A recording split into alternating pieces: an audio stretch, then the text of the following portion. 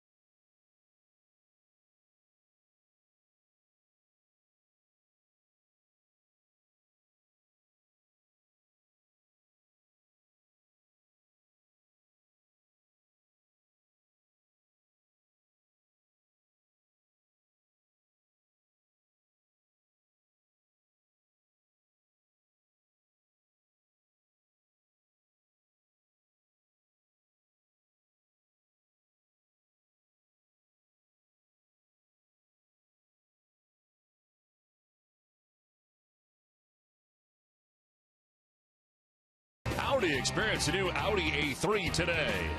Dunkin' Donuts, America runs on Dunkin'. Toyota's website for deals via Toyota.com. Digital Federal Credit Union, see what DCU can save you. And by Southwest Airlines, book your low fare now at Southwest.com. Welcome back to Yankee Stadium. It's game 2 of the 3-game series between the Red Sox and the Yankees. Welcome back inside the broadcast booth, everybody. I'm Don Orsillo. Well, last night we saw the Major League debut for Henry Owens for the Red Sox. Now it's on the other side. Luis Severino getting the start tonight for New York, and the Yankees fans certainly very excited about him. And why not? He's only 21. 19 starts this year between AA and AAA. 9-2 with a 2.45 earned run average. 98 strikeouts to 27 walks. They're saying he throws around 95 miles an hour. The youngest starting pitcher in Major League Baseball this season.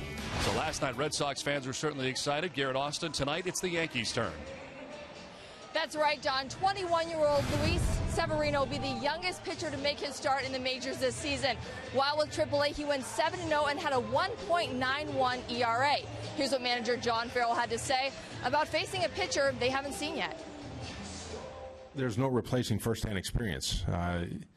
Video is going to be limited to what you can get a hold of. You talk to your development staff that might have seen him, or other players in our clubhouse currently that have faced him in the past. But we know he's got a big arm. He's got some late action to a sinker, a slider. And then you look at his numbers throughout his minor league career. He's been strong against both lefties and righties. Well, tonight's going to be very interesting. I can see this guy, they say 95 miles an hour, which should be interesting to watch tonight. He looks pretty calm as he gets ready for his major league debut. I'll tell you what, after last night, you saw Henry Owens do what he did, and then you see this kid come up even younger, 21 years old. They had a plan for him from the get-go with this kid. Not necessarily to be a starter. They thought maybe later in the season he can use him in the bullpen, but they need him. Pineda's out, and he's out for maybe a month, so they've got innings on him. He's only got 99 innings, so that means going forward, if he throws the ball good, 10 starts left, 60 innings should be okay. And that's what it's about with young kids. It's all about innings. Now, the Yankees have taken the field to check out the visiting Red Sox starting lineup, brought to you by your Eastern Hyundai dealers. Leading it off for the Red Sox at second base is Brock Holt, with Xander Bogaerts at shortstop batting second. David Ortiz, the DH, with Hanley Ramirez in left field. Pablo Sandoval at third base. Mike Napoli at first base, bats sixth, with Alejandro De Aza in right. Blake Swihart does the catching. He bats eighth, with Jackie Bradley Jr. in center field, batting ninth. Yankees starting pitcher presented by your New England Nissan dealers. Luis Severino between AA and AAA. These are the Scranton numbers for him. His 11 starts at AAA, 7-0 with a 1.91 earned run average. Certainly graduating from AAA to the major leagues with some very good numbers. Opponents hitting at 184 against Severino this year at AAA. Yankees defense is brought to you by DraftKings. Left to right in the infield, Chase Headley, Didi Gregorius, Stephen Drew, and Mark Teixeira. Left field to right, Brett Gardner, Jacoby Ellsbury, and Carlos Beltran. As John Ryan Murphy, came into the game late defensively last night, gets a start tonight for Severino. Tonight's umpires are brought to you by Buick. Experience a new Buick lineup during this year's Sign and Drive. See your local Buick dealer today. Kerwin Danley, the crew chief, has the plate tonight with Rob Drake at first base, DJ Rayburn at second base, and Mike Everett, the umpire, at third. Where available, this telecast can be heard in Spanish by selecting the SAP button on your television remote. Enjoy the game. Well, ready to work here is Luis Severino in his major league debut.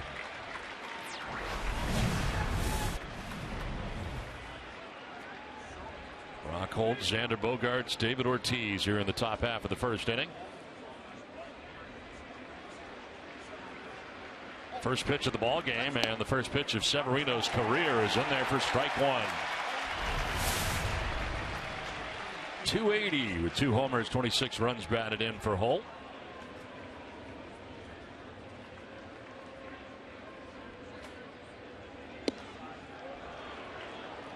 Got sort of a loosey-goosey arm action.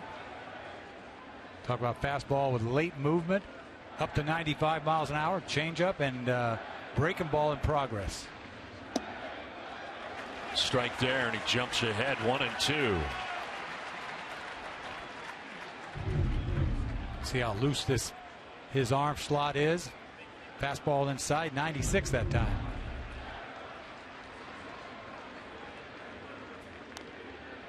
Breaking ball, and it is fouled off. Severino signed by the Yankees as a non-drafted free agent back in 2012.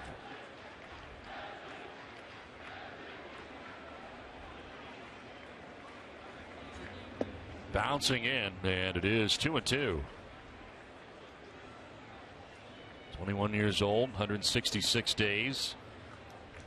Youngest pitcher to make a start in the majors this season. Daniel Norris, 21 years of age at 349 days for Toronto. Elevates the fastball that time at 96, and Holt not chasing. That's pretty easy cheese if you think about it. See how he gets his arm out, pulls it all the way back, stands up, doesn't get all the way through it, kind of recoils a little bit. Holt on the ground, down to Teixeira at first base. He'll tag the bag for out number one.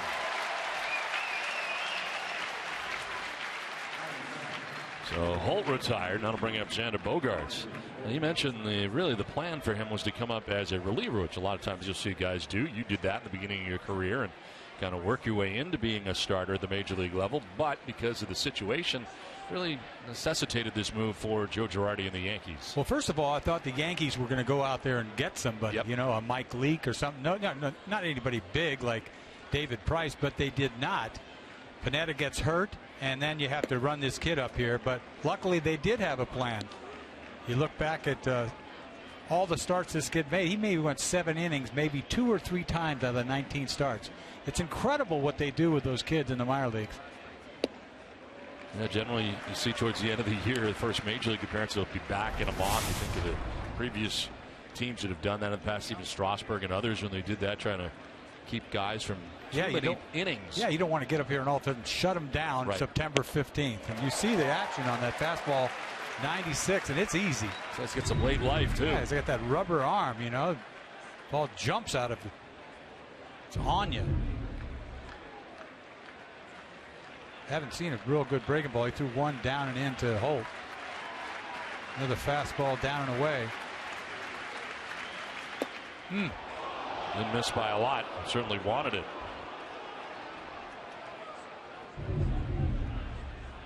See how this ball just jumps out of his hand, down and away.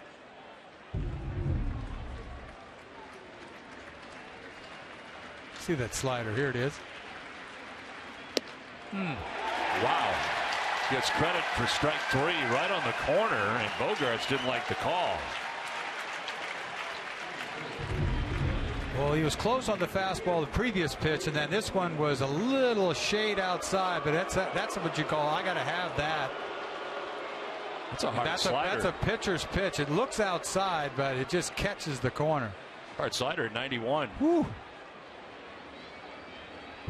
So 2 down here in the first inning for Big Papi. Getting his normal reception on his introduction here at Yankee Stadium. 244, 20 homers, 59 runs batted in. You know, normally they make you earn that pitch. He just called him, rung him up on. When I first came to the big leagues, I threw balls down the middle. They call them balls. I would go out of my mind. It's like they're just sort of testing you. Well, they didn't test him. Seems umpiring is totally different now as far as the evaluations umpires have to go through. They're held accountable. They are I think they're reviewed. I tell you what, I think they're much better, and I have a much better view. You know, sitting here, I really do. I remember I used to hoot a lot 5 or 6 years ago, but they've gotten so much better, even over the course of the last 5 years. There's a changeup, I think, 90 miles an hour.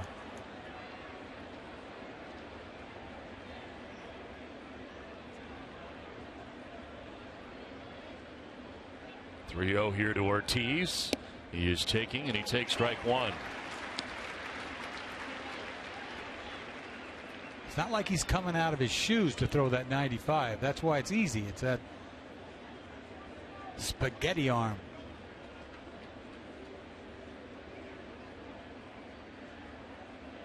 It's like back to the gas again.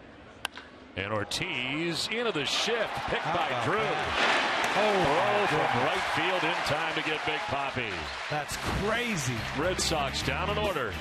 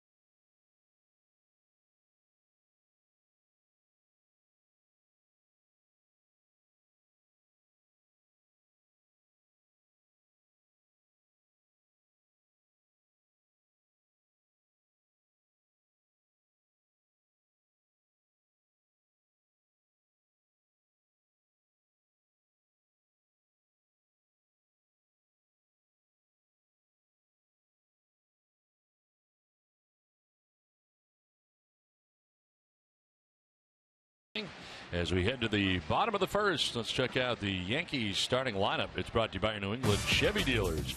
Jacoby Ellsbury leading it off in center field with Brett Gardner in left. Alex Rodriguez, the DH, bats third with Mark Teixeira at first base. Carlos Beltran in right field. Chase Headley at third base with Didi Gregorius at shortstop. Stephen Drew just made a very nice play in right field. Is at second base. John Ryan Murphy doing the catching and batting ninth. Ellsbury standing in to get it started here in the bottom of the first inning.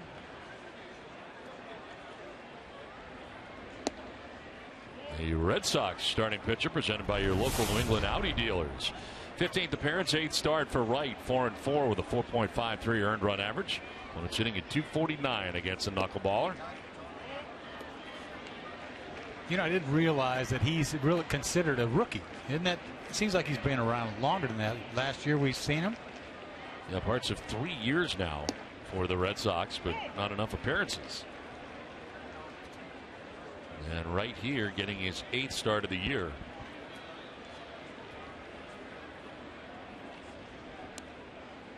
Grabs the outside corner. Ellsbury didn't think so.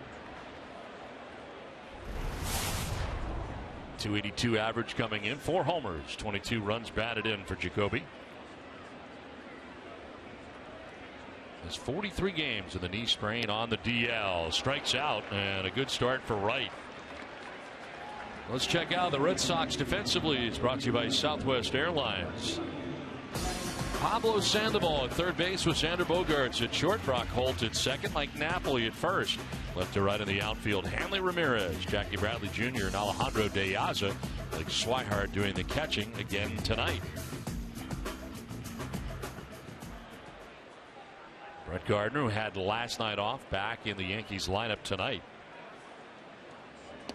He jumps back out of the way of a pitch and almost picked up the corner. That thing is nasty tonight, isn't it? Jumping all over. Ooh. It's a hard one, too.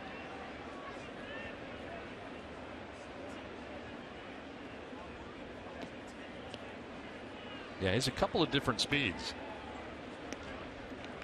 Looks like a curveball. The ball drops so much. No spin on it, straight down. Of course, Swihart with the big glove again tonight, doing the catching. Sails upstairs, and he falls behind, 3-0. I just couldn't have the temperament to throw a knuckleball. You know, you get all jazzed up, and you got to be relaxed to throw that thing.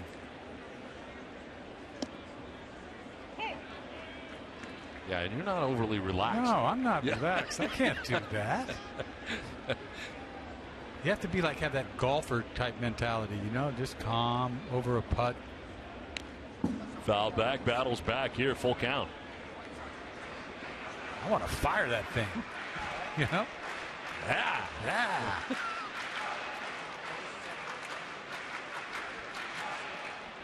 Gardner coming in, hitting at 288. He bats now with Alex Rodriguez waiting on deck. Ball 4, and Gardner, the speedster, aboard. Well, the top 2 hitters for New York got to worry about on the bases. Ellsbury and Gardner. Gardner on here with 1 out. Obviously, it's easier to run off a knuckleball pitcher. In fact, if you pick the right one, the catcher can't even catch it. That in itself makes it easy to go. Wakefield had a tough time holding runners on all those years. Here is A-Rod. Good bounce back season for Alex. Sails up and away. Swihart, a good play to come out of the crowd share to reel that in. Talk about punching out Ellsbury on a nasty one. Now we've seen the other side of the knuckleball, not knowing what it's going to do. It's kind of scary. Big swing and a miss there. A-Rod last night 2 for 3 in the ball game with an RBI, walked twice as part of the Yankees victory. Now has an 11-game hitting streak against the Red Sox.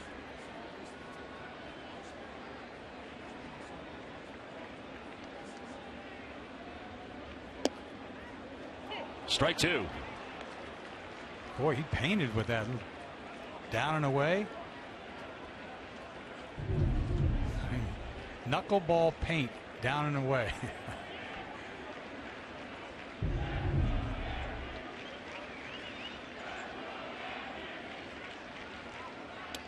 gets away from Swihart, and Gardner will move into scoring position. So the first ball to get away tonight. Hopefully there's no more, but you just don't know. Very catchable ball, dips at the last minute. You can never blame the catcher. I would never blame the catcher with a knuckleball pitcher. You just can't. They just did. Pass ball. Right. 4 of them last time for Swihart. 2-2 pitch. And a swing and a miss. A-Rod all geared up, and he strikes out. 2 strikeouts now for Stephen Wright. This ball sailed a little bit. It didn't go down. It sort of sailed to the left. Ball up out of the strike zone. Swings through it. A funny swing. So 2 down here in the first inning brings up Mark Teixeira. Big night last night for Teixeira. He opts to bat right-handed against knuckleballer. Always found that interesting, guys who do that. The switch hitters who choose to. I don't know. He took him deep in that long game we had earlier in the season to tie it late in the game. Everything went on and on and on. He's got a lot of movement in his swing. Fouls it off to the right. Now 29 home runs for him, 76 RBIs. That is in 98 games. So he has already surpassed his totals from last year. 22 homers, 62 RBIs, and 123 games a year ago. And they've been timely. And the 29-13 have tied the game or given the Yankees a lead. That's the hard one right there.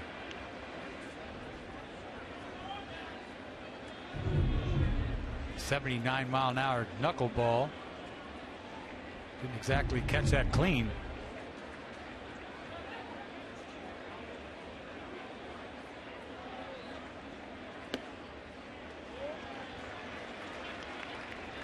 Two balls, 2 strikes to Teixeira.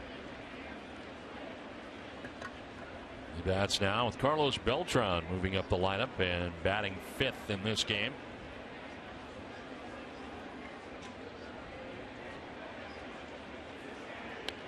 Fouled straight back. We'll do it again. 2-2. Boy, he takes a healthy cut from both sides of the plate. He has 10 seasons of at least 25 home runs, tied with Chipper Jones and Mickey Mantle, the second all-time among switch hitters. All behind Eddie Murray, who had 12 at 25 home run seasons. Full count now, and a nice play by Swihart there to gather that on the backhand. I thought he was deking the runner there. He had it in his webbing, and like he wasn't even sure he had it. There's so much webbing you don't know. I guess he doesn't even know it's in there. What a job that is. Teixeira rolls it over, foul.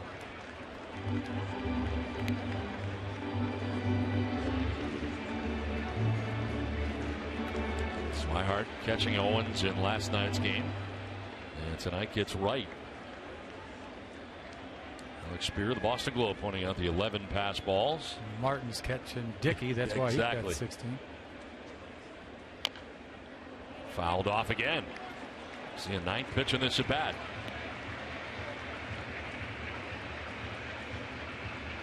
Ari Dickey's is a little bit harder as well. Right.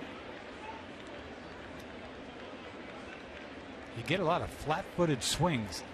A-Rod was kind of flat-footed on that swing, and you seen the last swing here. 25th pitch of the inning for Wright. And it's strike 3. Teixeira does not like the call at all. Wright strikes out the side. We are scoreless through 1.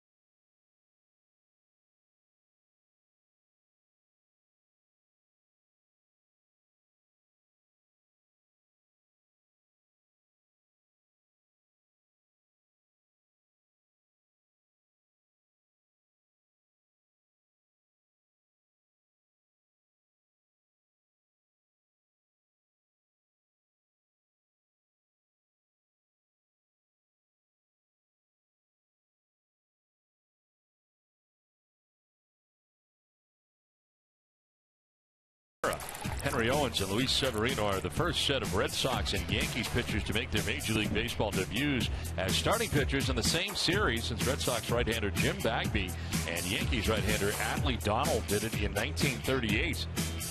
Twisted Tea is the hard iced tea. Tastes like real iced tea. Be a little twisted.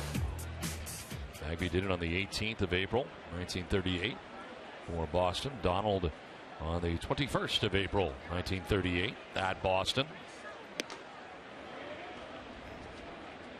Hanley Ramirez leading it off here in the second inning. 263, 19 homers, 51 runs batted in. Ramirez 0 for 4 in last night's game. He has a tendency to pull that fastball early on the first inning, and you've seen two right there that has gotten away from him. He's trying to throw that ball inside and misses by 2 feet. 2 groundouts, a strikeout in the first inning.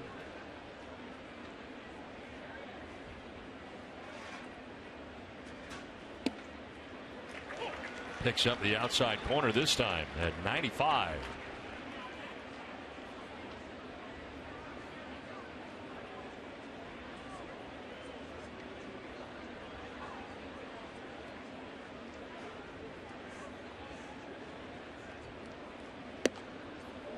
There's lays off, and it is 3-1.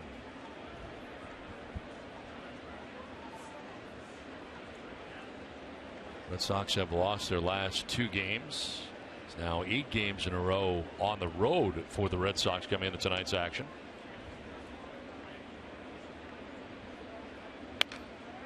Foul back, full count.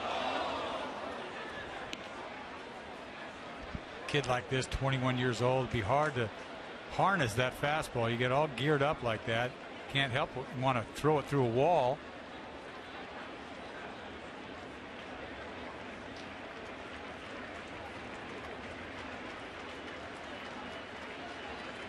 Little slider, 3-2. And Ramirez pops it up right side of the infield. Stephen Drew camped underneath, puts it away for the first out here the second inning. Time now for the Coors Banquet timeless moment. Henry Owens last night against the Yankees. Talk about a big punch out. Ellsbury, and then this really C&I ground ball in the first inning. He had a rough first inning, but only gave up 1 run. And as the game went on, you see the changeup to Gregorius, backdoor breaking ball to Young, another breaking ball to Gregorius again, and the slider that put away Ellsbury twice. Left with runners at second and third in that outing.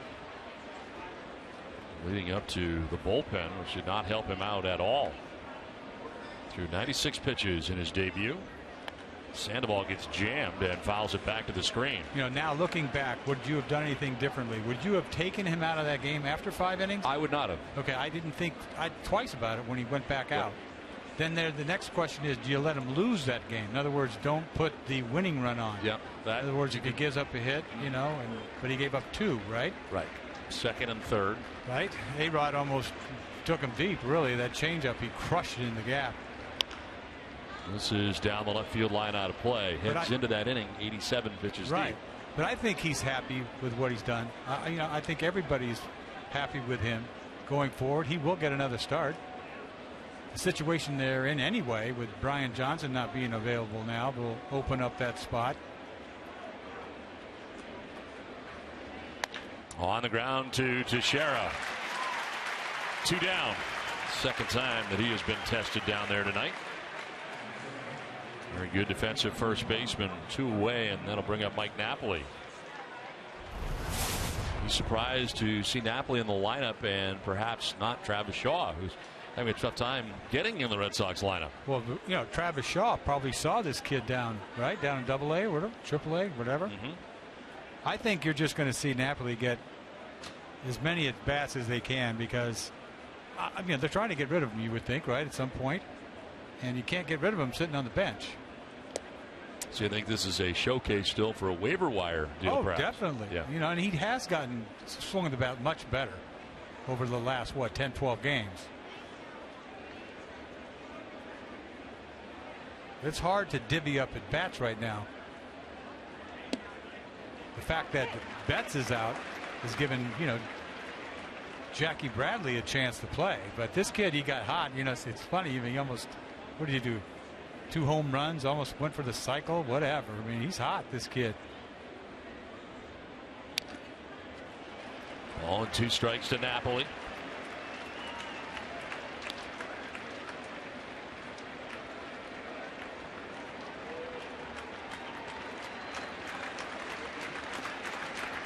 Saturday, 2 games after coming up from the BOS Sox, 6 for his last 8, couple home runs. Then you go and sit down because Sabathia is pitching tomorrow. He won't play tomorrow. This one fouled off the right. That's why I thought he would play tonight. Right.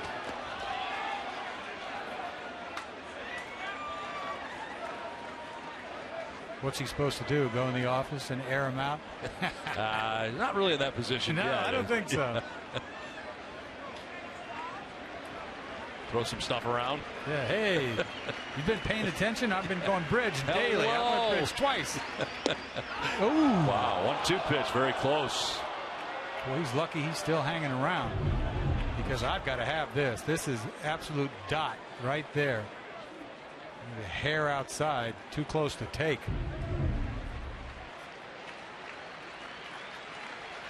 There's a changeup. We haven't seen too many of these. Napoli hits it on the ground to third. It's a fair ball. Headley's throw is bad, and it gets by Teixeira. Napoli will scamper to second base.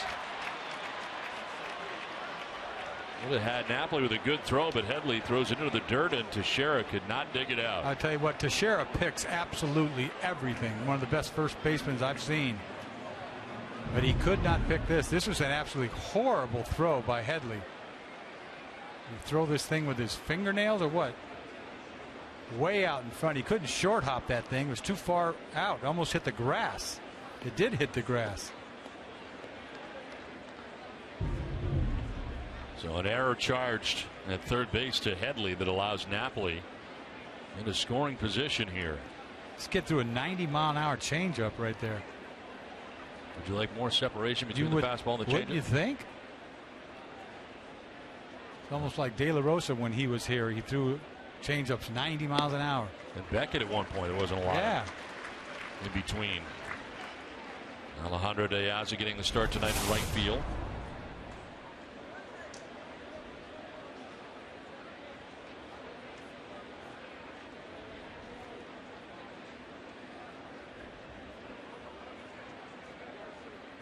One pitch a little bit low.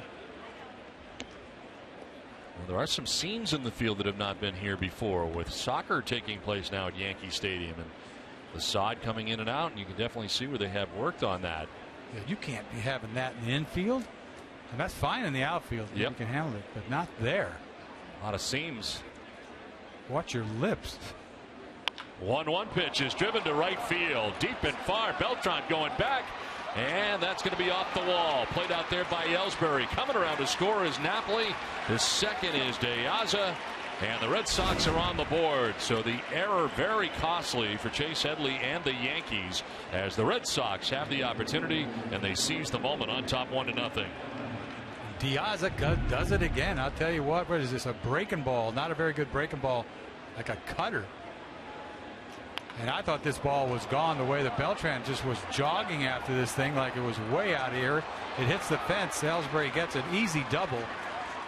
And the air comes back to haunt them right away. So De Aza at second. Here's Blake Swihart. See how Severino reacts, giving up his first major league run here in the second inning. Unearned or otherwise.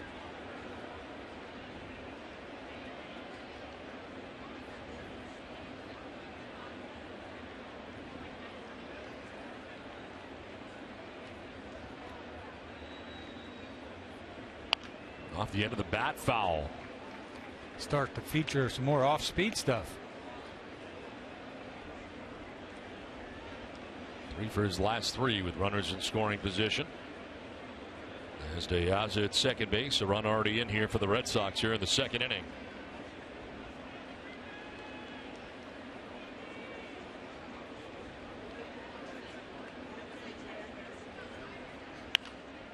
In the air, foul.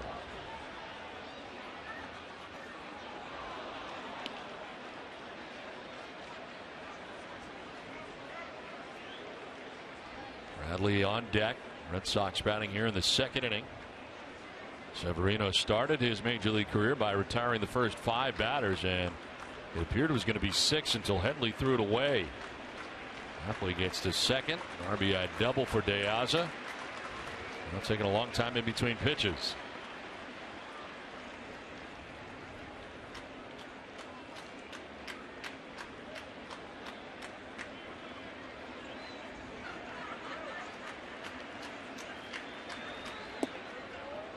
Two and two.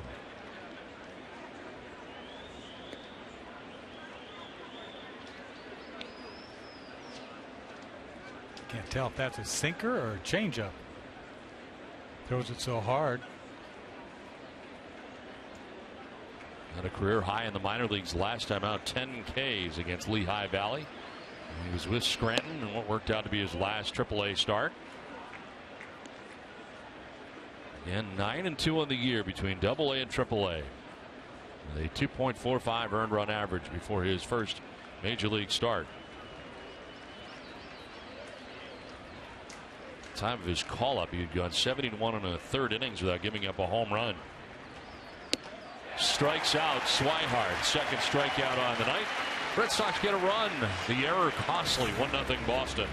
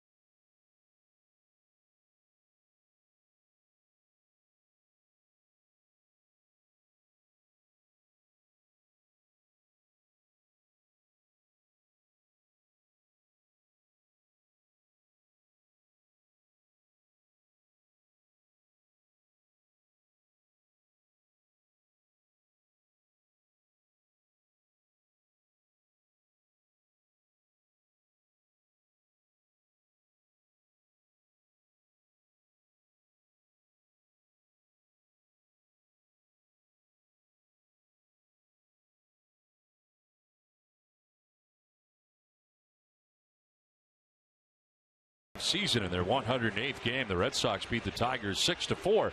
Denny Doyle went 2 for 4 with a home run and 3 RBIs for the Red Sox. Matt Lauer in the house here tonight. We had John McEnroe here last night. There's a bunch of celebrities here at Yankee Stadium every time the Red Sox are in town, and those Yankee home games. As Carlos Beltran standing in to lead it off. Always tease Jerry back that Denny Doyle was my favorite Red Sox second baseman. What, that irritates him? Well, no, I don't think he really cares. But I always try to tell him that I loved Denny Doyle as a kid. Yeah, he's in the World Series for them, right? Yes. 75. Yep. Had a brother, Doyle brother, that played for the Yankees in 78. I don't know if it's Danny or Brian. Well, that's what it was. Yeah. Played for the Yankees in 78 in the World Series. Denny and Danny would have been strange to name your kids. They have a baseball camp they've had for years. Beltran with a swing and a miss. Thing is dancing, doesn't it? 3 strikeouts in the first. Walker batter and Brett Gardner, who was left at second base, got to second on a pass ball. So Swihart's been charged with 1 tonight. Good thing nobody's on now.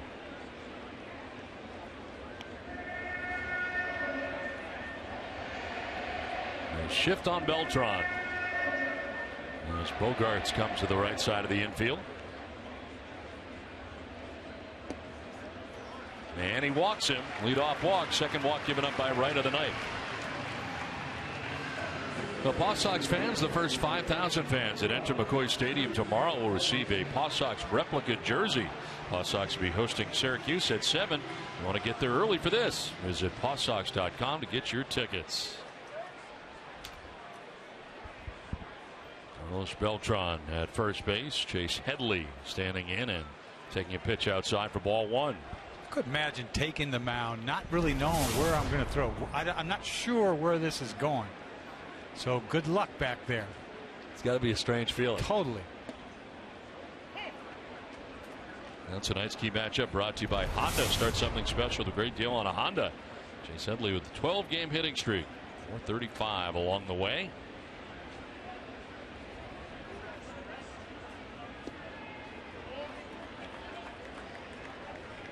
Outfield set up straight away here on Chase Headley, looking to atone for the error that led to the game's only run.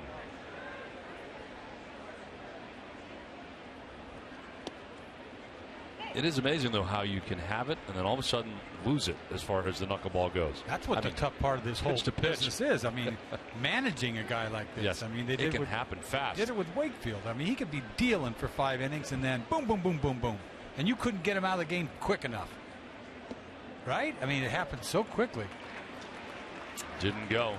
Well, his problem right this year has been keeping the ball in the ballpark. You know, he's given up a home run in every start except one. 11 total home runs. Ball misses outside. He wanted it.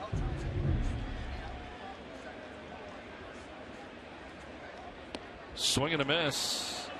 And Headley strikes out. 4 strikeouts now for Wright. First out of the second inning.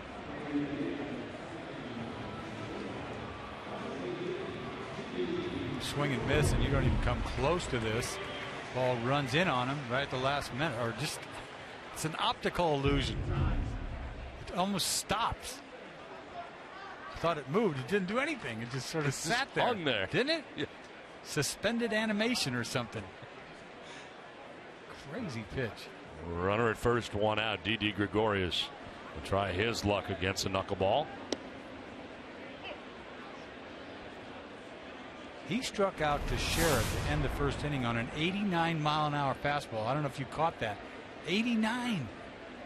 So he features decent gas. It's not quite old enough to be considered educated cheese. Yeah. How old do you have to be? You tell me. You're the one that. I mean, you got to be in your mid-30s, I'm thinking.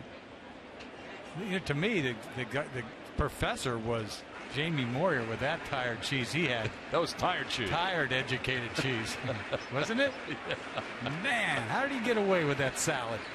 He did. He did, though, he for gave a long up about time. 500 bombs, though. He won about 260 games. 40th pitch of the night for Stephen Wright. And a swing and a miss for Gregorius. See ya. He strikes out. Back-to-back Ks, 5 and all now for Wright. What's the record? 6 in 2 innings is the record. I know that. That thing did go in, followed him inside a little bit. Now the most for Wright on the year is 8 strikeouts, and that was his last outing against the White Sox in 7 innings. And that was a career high for him in strikeouts. Well, on his way tonight, Drew fouls it off. He's got it working. I mean, yeah, remember this play. You talk about Ortiz getting upset because they take hits away from him. How about this? That is ridiculous. I mean, that is a base hit easy, maybe a double. High fly ball to right field. De Aza has room in right, and he'll make the catch that ends the inning. So leadoff walk not costly for Wright. Red Sox lead it 1-0.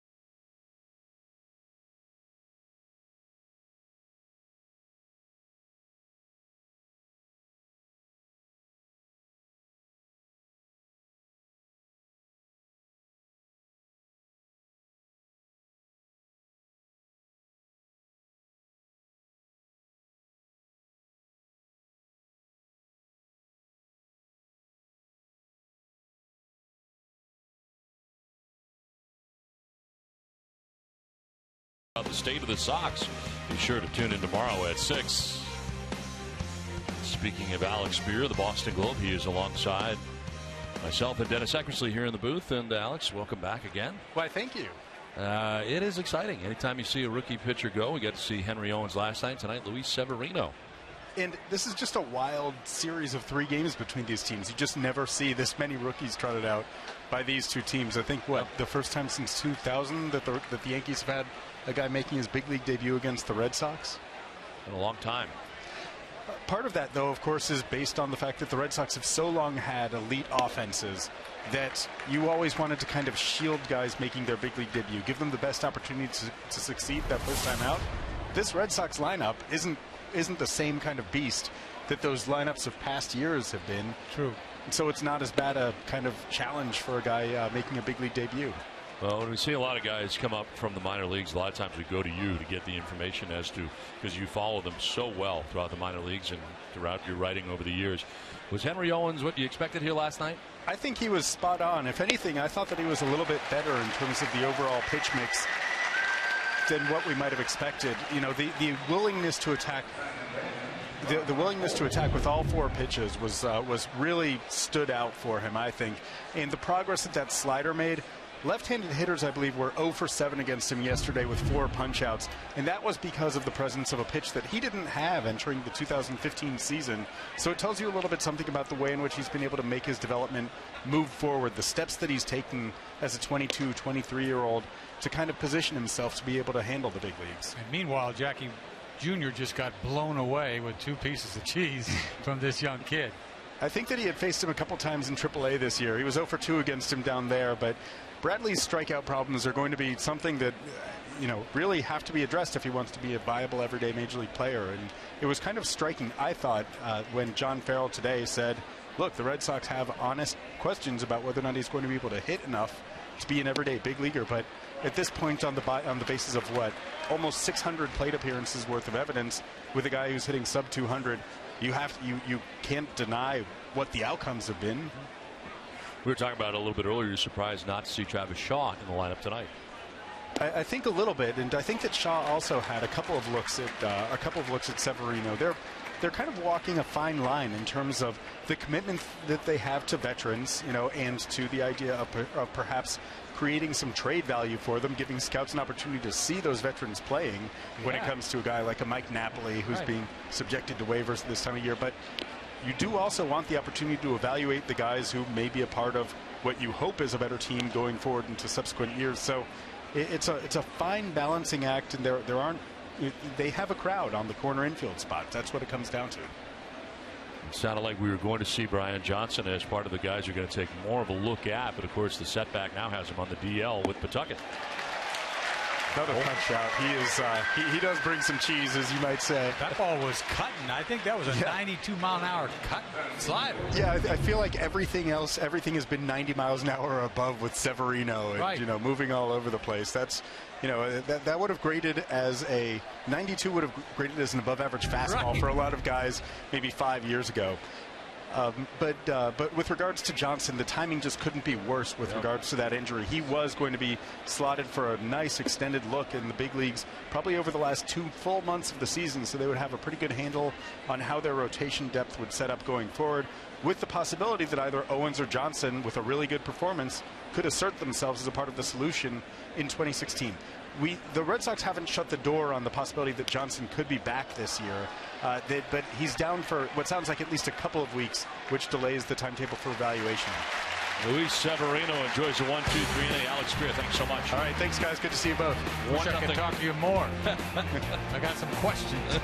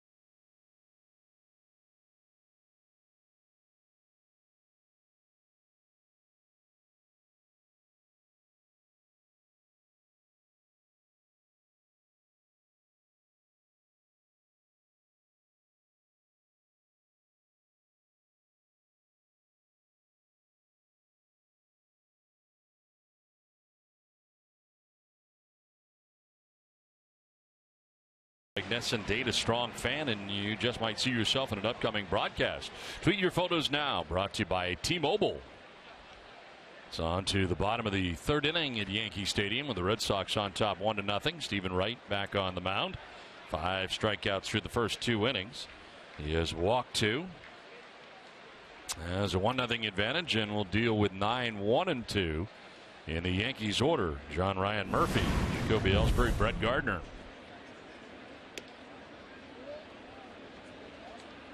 Too bad we don't have Alex on this half inning. I tell you, you had more to ask. I like him a lot. I really do. That is a smart dude. Really is. He is. If I want to know anything, I go straight to him. I'm telling you. And then I know about the minor leagues, about anybody you want to talk about. Then I sound smart after I leave him. And then I got inside stuff. Holt at second base throws out Murphy for the first out. So you steal the stuff from Alex. I don't and steal then you throw it out there as your own. I might, I'm not going to say I heard this from Alex if it calls for it. No one would know. Right. I've got people I call. Right. Everybody's got people, right? Yeah. This scout told me this. This scout said that. You have a whole camp of people. Man. One down here in the third inning brings up Jacoby Ellsbury. Ellsbury struck out swinging in the first inning. One of 5 strikeouts for Wright on the night. And Jacoby fights that one off foul. DraftKings.com is paying out over $300 million this baseball season. DraftKings has given out $34 million to Boston residents alone since the site launched. Get your free entry to a one-day fantasy baseball contest today using promo code NESN. Swing and a miss.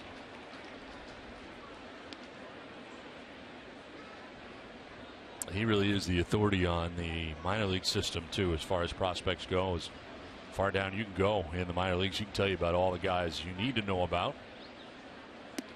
It doesn't look good. It really doesn't. I mean, we talk about how the rotation doesn't look good, problems they've had, but he's talking about bullpen going forward. That doesn't look good either. I mean, there's so many things that they need to address. Too many. When it comes to the pitching staff.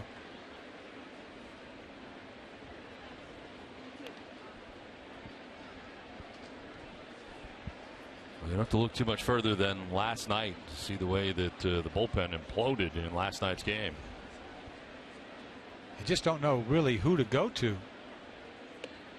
Strike 3 call. Ellsbury wasn't sure. He's rung up. That's 6 strikeouts for Wright. 2 down. This thing dipped at the last minute, caught the top of the strike zone. Ellsbury thought it was high. Look at this thing come down. Wow. High strike. That's a thing of beauty. As long as he calls it a strike. He's dealing. 5 in a row retired by Wright. 2 down here in the third inning for Brett Gardner. Walked in the first. Got to second on a pass ball.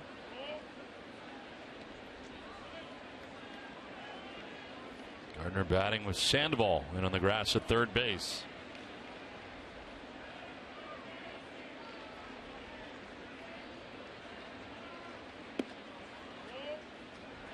The Yankees today took bunting practice for about an hour and a half. You ever see that? On and on and on. I have not seen anything like that like today. Everybody was out there in the lineup taking bunting practice today. Such a bad thing to do. This one is foul back.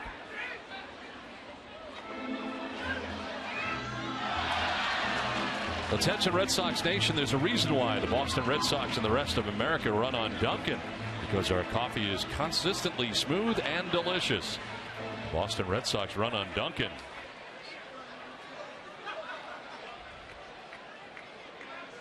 Two-1 to Gardner.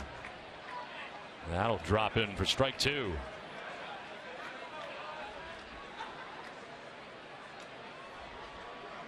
Six strikeouts for Stephen Wright in 2 2/3.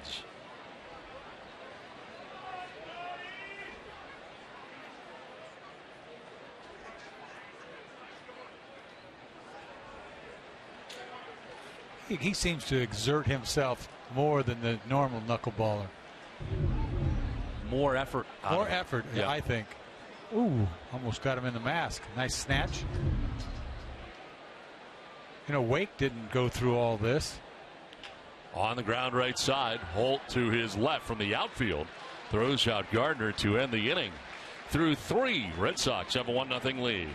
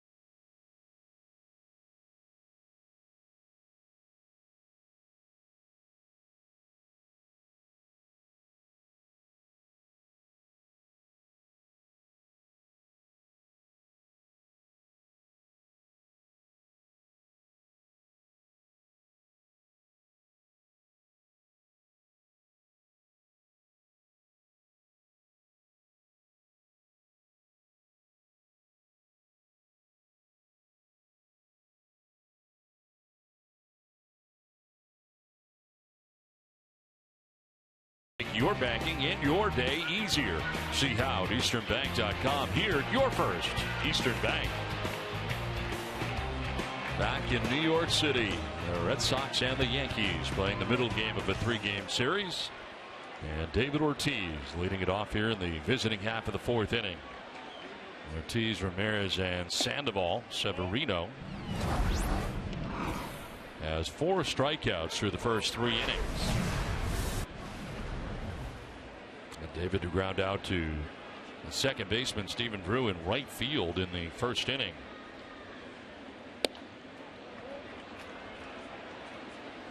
Ultimately, everything hard. Hard cutter, hard fastball. The changeup's not even almost 90 miles an hour, so you're looking for something hard.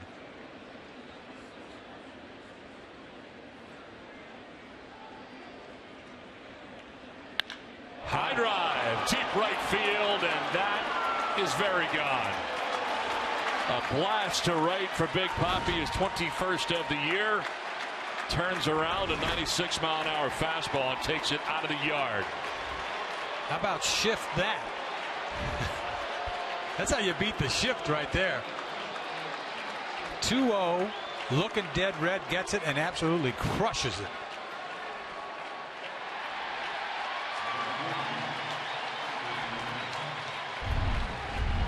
You can't throw him a 2-0 fastball right there. This is the big leagues now. Boom. Getting all geared up for it. Back legging him. That ball's way in there. I'll tell you what, Ortiz over the course of his career has absolutely worn out the Yankees. I mean, he goes bridge here just to stay in shape. For every home run the Red Sox hit the rest of the season, Alltown will donate $500 to the Cystic Fibrosis Multiple Sclerosis Fund. Alltown is New England's premier healthier convenience retailer. Hanley Ramirez taking the strike, evening the count of 1-1. I mean, 2-0. What's he looking for? Everything's hard. 96. I don't care if they throw 100. He was going to hit it out. He has swung the bat so much better. how far you go back to? When did he get the time off? Texas. That was a long, long time ago, wasn't it? He got a couple days off. Yeah, back to back. You go back to that time, and his home run totals are just as good as ever. The average still isn't. I mean, the shift really does beat him. You saw earlier today, but that happens a lot. Well, now 21 home runs on the year to lead the team. For a long time, Hanley was leading the team in home runs, but he is sitting at 19 right now. But I'll tell you what, Ortiz is far from being done. He may not get that 30 home run that he loves to get, 30 and 100 that he loves to have, but you see him climbing the ladder. 513 away.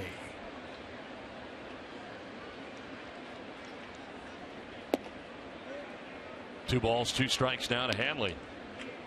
This kid only gave up 2 home runs there in the minor leagues. Hadn't given one up in 71 and a third innings in the minor leagues. So he was due. You can get away with a 2-0 fastball. Right down the middle, perhaps. Hello.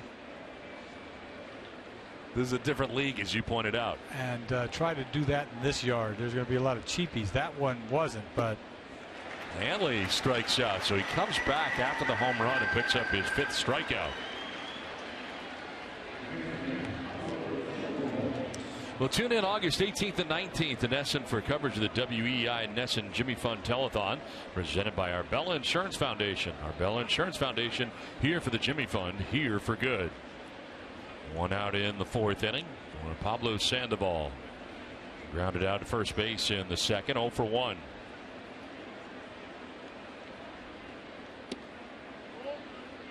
Well, Stephen Wright doing a good job on the other side. 6 strikeouts through the first 3. And talking about it last night, you're looking at this Yankees offense last night, sitting on the bench, and you think to yourself, oh my, I got to face this tomorrow night the way they're going. I don't know if he feels like that. I mean, he's just obviously different pitcher with a knuckleball. I think you got a better chance. These guys are so hot. They've scored, 90 runs the last 10 games. Yes. Right? So you look at it like they're due to not score. Do nothing. They've never seen me before. Wait till I throw what I got up. And so far, so good. He's dazzling. 1-1. It's up high for ball 2. That's the only way to look at it. They're bound not to score. They can't score 12 every day. No, they're due to not score anything. And I'm going to be the man. Fouled straight back, 2-2. I don't know how many times we faced Charlie Huff with some of the clubs I played for that could rake, and he would stick it to us regular. I hated to see him come to the mound because I knew we weren't going to win. It was a joke. I couldn't stand watching him pitch. Line down the left field line, foul. Your Oakland days or earlier? Oakland days. Oakland. And then he'd be smoking a schmag in between innings. The guy's like 45 years old, sticking it to us. In between innings, he's I said, that's not right. That isn't right.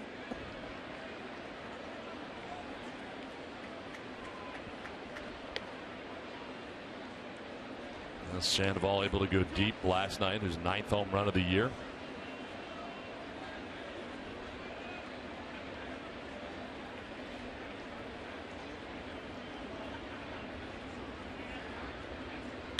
On the ground to first base. Teixeira's got it in the backhand. Severino covers for out number 2. Now, Monday, August 17th is Kids Lunchbox Giveaway Night at Fenway Park. All kids in attendance will receive a free lunchbox. Visit redsox.com/promos for more info and to purchase your tickets now. 2 down in the 4th inning. And it brings up Mike Napoli. Reached on an error. Throwing error by Chase Headley, third baseman, and he would come around to score the Red Sox first run.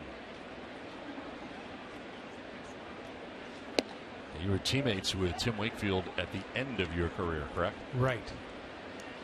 I wasn't there when he first was at 95 when he came out of nowhere. It was like 16-8. They went to the playoffs. He was dealing. At one point, he was like 14-1 or something.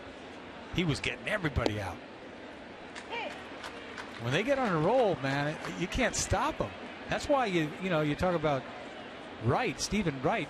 He could find his way into this rotation next. Not out of the question. Take a look at R.A. Dickey winning a Cy Young. I mean, really, it doesn't matter how old you are. In fact, he's young, considered as a knuckleballer. Fouled outside third. Ball and 2 strikes here to Napoli.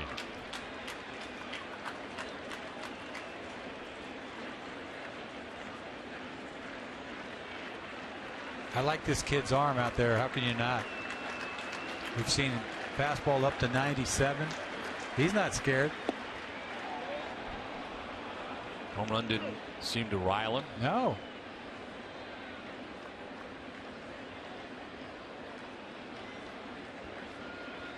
Solos don't rile you. 3-run shot will rile you. There's a loss at the end of that one. Definitely almost threw the elbow into that. Full count.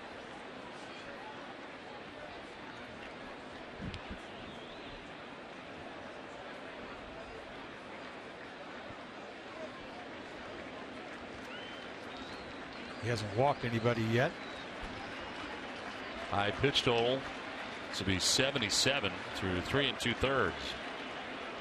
Definitely had something in his eye as he backed out. Shook off the slider, wanted a fastball away. See if he's still going to do it. Yep. Napoli gets a piece and fouls it back. Napoli just lets it fly. And he just trying to leave Earth. 3-2. Let it go.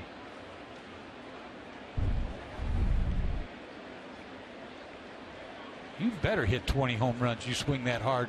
600 at bats, huh? 13 so far this year for Napoli. Got a ways to go.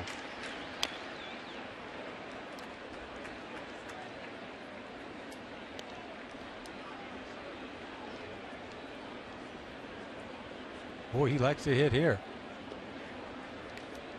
What was the year he had the second half that was through the roof when he was with Texas? I mean, he hit like 370 or something in the second half. I think it was 2011 when they went to the World Series. He had a great year and a great second half. Yeah, ended up with 30 home runs that year. Right. 75 runs batted in and finished the year hitting at 320 for the Rangers. Right, and he was only hitting, I bet you, 230 in the first half. I mean, a monster second half. The 30 home runs he would never do again. That's the most he's ever hit in his career in one season.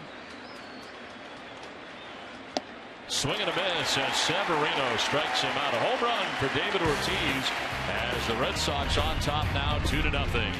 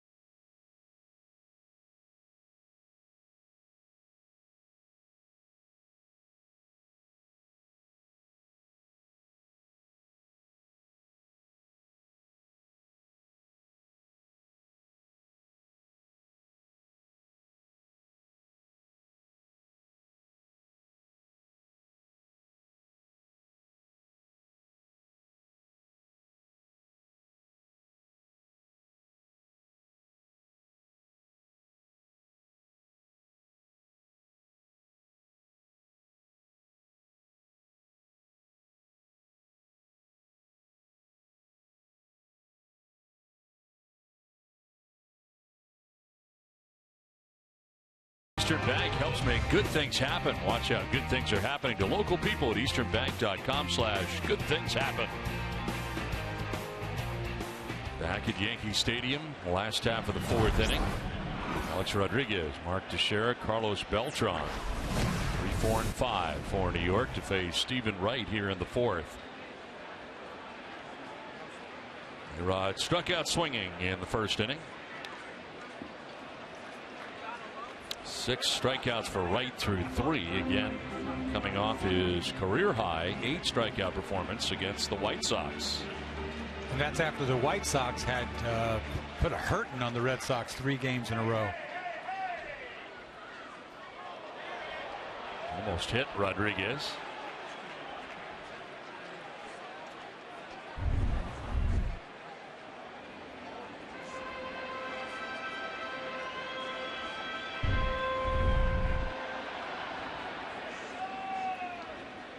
'60th pitch. And it's fouled off. 2-2.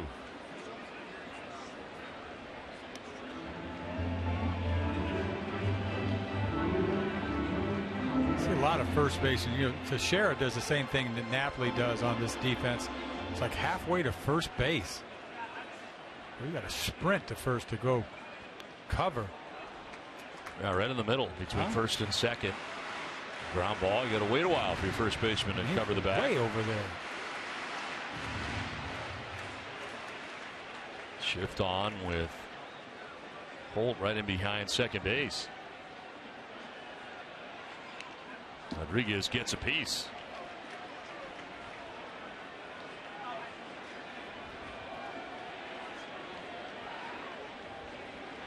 He's so tempted to try to slip a piece of cheese by somebody, after throwing so many of those knuckleballs. On the ground to third base, Sandoval plays it off to the side. His throw is in time for the first out of the inning. Well, it's Sunday. The Zach Brown Band will play their 3rd consecutive night in concert at Fenway Park. Visit redsox.com/Zach Brown to get your tickets before they sell out. Are you a country music guy, or no? Yeah, I can appreciate it, though. Yeah, I'm not going to sit around at home all day listening to it, but I could get into it. Fly ball down the right field line. Diaz, a long run towards the line to make the catch. Umpire ruling that he caught it in fair ground for the second out. Good running catch by Diaz. A long way to go.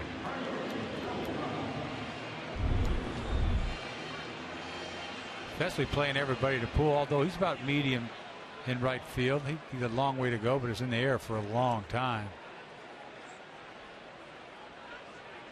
Routine. So 2 down here in the fourth inning. Beltran with a fly ball again down the right field line. Brock Holt over by the stands, reaching and making the catch. Nicely done by Brock Holt. A 1-2-3 fourth inning for Stephen Wright. A 2-0 Red Sox lead. Nice concentration by the Red Sox second baseman. That's not routine.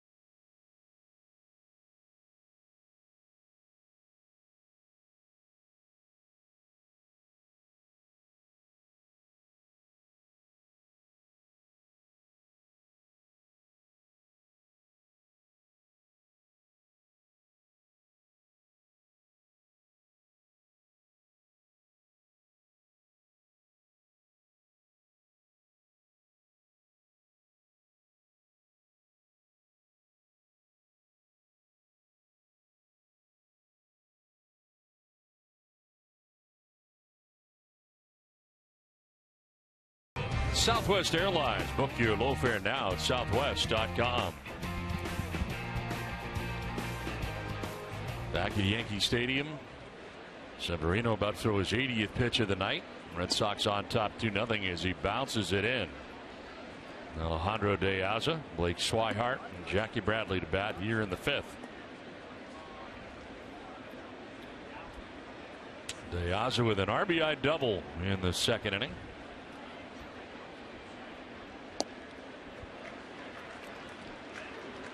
Severino's pitching line brought to you by your Eastern Lexus dealers. 4+, 2 hits, 2 runs, 1 earned. That's the error by Chase Headley in the 2nd inning. No walks and 6 strikeouts. Facing his first batter here, the 5th inning. Didn't go, says Mike Everett. Well, the nerves haven't bothered this kid. It's kind of impressive. No walks, 6 punch outs. Looks like he knows how to command that fastball.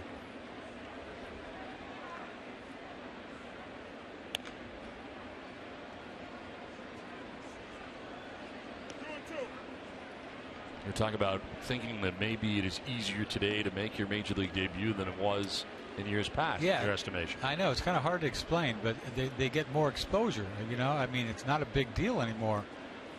When I was a kid, 20 years old, we were never even on TV. Everything's on TV now, so. Will pop up Gregorius onto the outfield lawn for out number 1.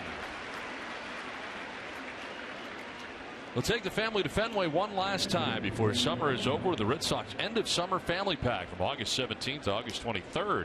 This package includes game tickets, free parking, a free duck boat ride to and from Fenway Park, and a free hot dog and Coke. It's a great deal for the whole family. I mean, what do you think? Do you think these kids are in awe when they come up here? I don't know. I mean, if they get a chance to be in spring training, that helps. You know, I think makes it think that it's attainable. You know, I used to think the big leagues was just in another universe, right? Mm-hmm. Took me a long time to think that I belonged. How many years before you felt like I am a major leaguer and I am staying here? Well, I thought I acted like I was a, you know, you guys saw me on the mound. How you acted and how what the reality was are two different things going on in your head. A good year. You know, I tried to throw it through the wall. When my rookie season, I walked a bunch of guys. I mean, I was successful, but I tried to overthrow. I thought, this is big leagues. You got to throw as hard as you can. Then I figured it out. It's like, hey, cool, I'm all right. You know, I got better. I started spotting the ball because you don't have to throw it full blast. And that's what took me a while. When I did finally, understood that, I felt like I belonged, and it was much easier. So Adam Warren warming in the pen. No velocity change here as Severino goes deeper into his outing. The last pitch at 96. I mean, I think my whole career I fought velocity. You know, I always thought you got to throw it hard. You know, it's all about placement. It's, location is what this game is all about. But for the longest time, even when I was 40 years old, I still said I got to jump on this, right the last second. I need a little bit more, and I'd jump on it, and then I'd lose location. What an idiot. I mean, if you think you'd learn after 20 years. Soft ground ball down the first baseline. Severino will apply the tag on the way by.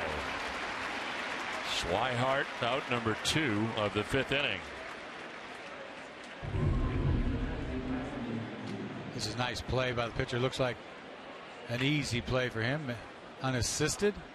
A little weak ground ball. Ace Ticket has great deals on the best seats of the Red Sox and Patriots games, as well as shows like Zach Brown and James Taylor at Fenway. Visit aceticket.com. Ace Ticket, it's more than a ticket.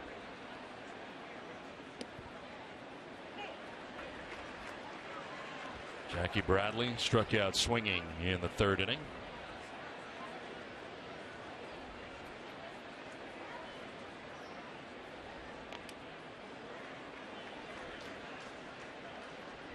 Book still the same on Bradley Jr. Gas him in, huh? Gas him. Still coming in. It's work. Can't get to it. He blew him away last time. Back to back. 96. No chance.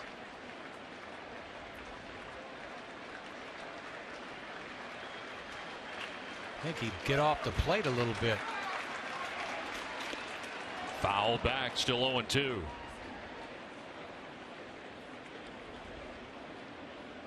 That is the question. There's no question about Bradley's defensive play in the outfield. He's one of the best defensive center fielders in all the game. Yeah, with a gun too, which we've never had for a long time in center field. Yep.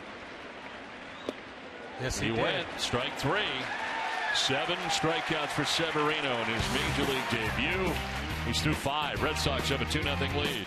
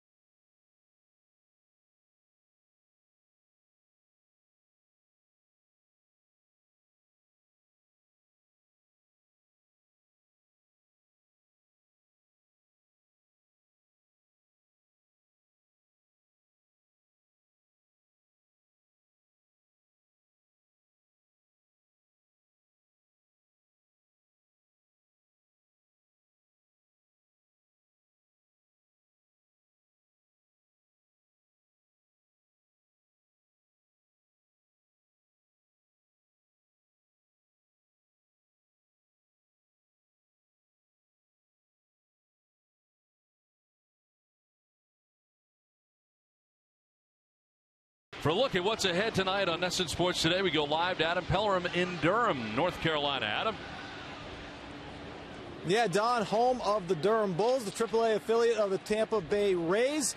Larry Lucchino down here as well. Of course, he is part of the ownership group for the Pawtucket Red Sox, looking to build a new stadium in Providence. They did the same thing here 20 years ago, and they are still reaping the benefits. We will take a closer look tonight on NESN Sports Today, Don. Adam, I know they're down there looking at all the renovations that take place in Durham. Were there any thoughts to renovating McCoy Stadium rather than perhaps building a new home for the BOS Sox? Yeah, I actually asked Larry Lucchino about that with Fenway Park in mind. Of course, the 10-year renovation plan at Fenway. I asked him if they were thinking about doing something similar with McCoy Stadium. He said they did think about it, but in the end, a 73-year-old stadium, it just was not going to happen, and they believed the city and the state would be better off if they built a new stadium, so they are still pushing to do that, Don. All right, Adam, thanks very much. Look forward to your report on NST later on tonight. With one out here in the 5th inning is Headley popping out. That'll bring us to Didi Gregorius. Saw Lou Schweckheimer here last night, general manager of the Pawtucket Red Sox for many, many years. Getting back to the late 70s. There's a base hit into center field for Didi Gregorius, and the first hit of the night for the New York Yankees off Stephen Wright after 4 1/3 of no-hit pitching. He's been getting such easy outs. I was like, I can't say anything, but they haven't got a hit yet, and finally they do. Base hit up the middle by Didi Gregorius. 1 out, 1 on. Stephen Drew coming up. Drew flying out to right in the 2nd.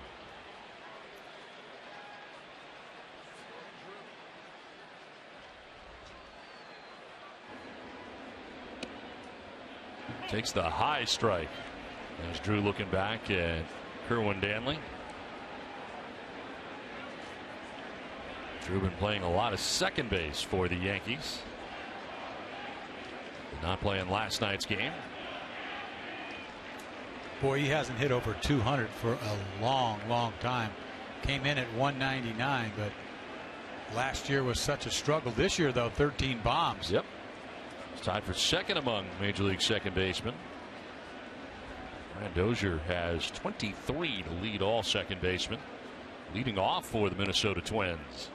The Twins have fallen off a little bit as well. Now 9.5 back of the Royals, the AL Central.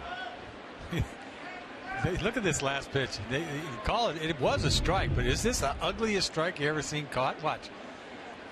Whoa. That's not exactly framing it, is it? No, but that is a strike. It is. It's a strike. That's a strike. Hello. Erwin Danley missed that one. Missed that. That's not even close. I got to have it. Obviously, you get that all the time. That's not even a gimme. That is a strike.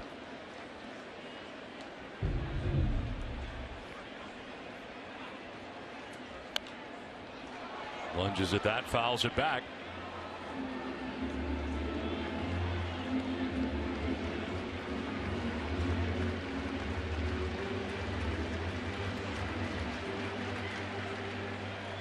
Stephen Drew now, John Ryan Murphy waiting on deck.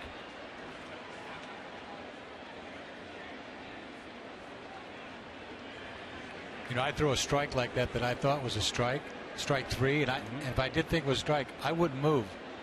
At the end of my delivery, right? I would just not move, and that was like, hello, that's a strike. You missed that. You missed that. Right? Just I'm going to stand here. I'm not trying to show them up, but right. I was showing them up. And, yeah. You think umpires liked you on the whole? They did not like Probably me. not. Huh? They started to like me later. I was stupid. I should have been nicer to him. Schilling used to wave to him every all the time. Hey, remember? Talk to him coming off the mound between innings. Fly ball, shallow right center, and Brock Holt will give way to the outfielders, and Bradley makes the catch. Well, don't miss WB Mason Extra Innings Live right after the game. TC and Steve Lyons will break down tonight's game, and you'll hear from Stephen Wright. Whatever, whenever, wherever, who but WB Mason. Yeah, I don't picture you walking off the mound after start and saying to the umpire, you did a really good job tonight. Right. Yeah, they do a lot of that. That's what they do. Yeah. Really good. Atta baby. I see you. You had a great strike zone tonight. Right. What if he didn't? I'm not, you know. But just lie to him anyway. Make him feel good about himself. And maybe they would have liked you. That's it. I know. Stubborn. 2 down with John Ryan Murphy standing in.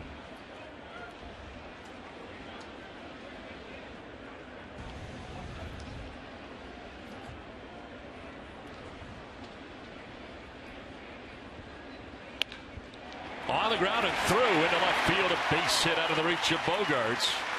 Gregorius takes second. Murphy, the number 9 man, with his second Yankees hit of this inning and of the ball game.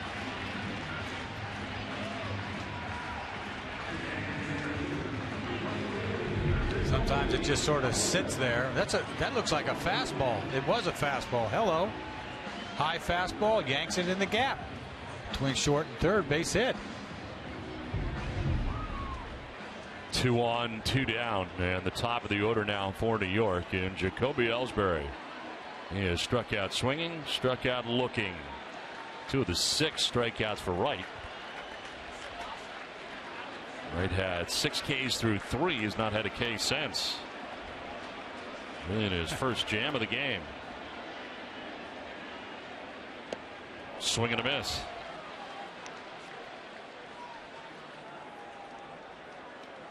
Runners in scoring position. Jacoby at 325 on the year.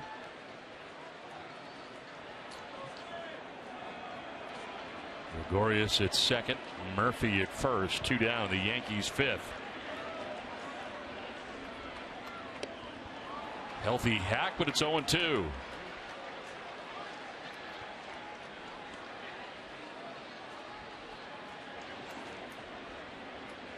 Ellsbury's punched out twice already. Looks a little confused up there.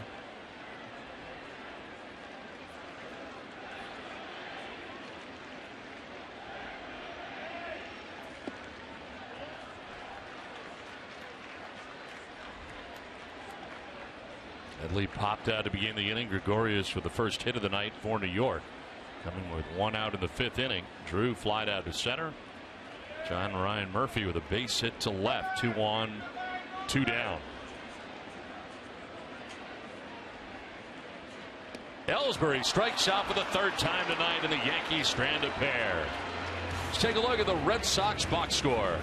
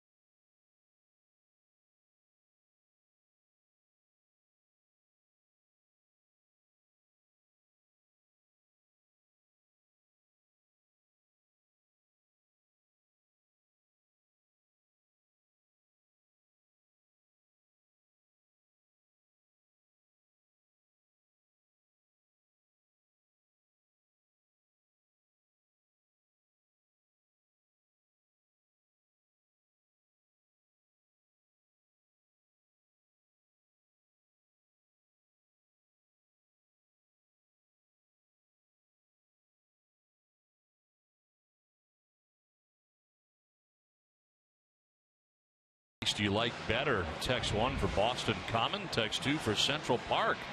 Text your answer to 536-536. Message and data rates may apply. 1 message per vote. Visit NESN.com/terms for terms and conditions and privacy policy. I'll tell you what, Eck, I walked through there on the off day on Monday. It is enormous. It really is. I mean, you get lost in there. What do you think they're going to say? It's going to be all Boston Common. You're kidding me? What a no-brainer. We're asking Boston people, are we not? Hello.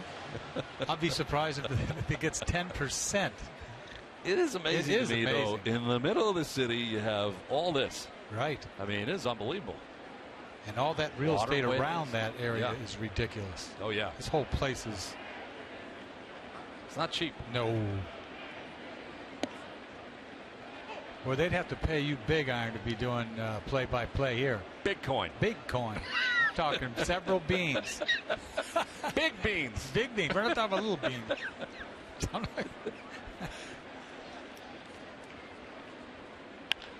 In the air to left field, left center, as back is Gardner to make the catch for the first out of the 6th inning, and Adam Warren has his first out. Coming in here for the 6th after the Major League debut of Luis Severino. 25th appearance for Warren. 6-5, 3.50 earned run average, 69 strikeouts, 31 walks, and opponents hitting at .237. Your thoughts on Severino tonight, his debut? I loved him. I really did. I liked it a lot. You look at the no walks, punched out 7 guys. Did it with a bunch of hard stuff. Little tight cutter. I saw a changeup. I think I saw a changeup. I mean, it was really one of the harder changeups, but that was like 90 miles an hour, right? But I thought he knew exactly what he was doing. I mean, he wasn't taken back by anything. Made one mistake.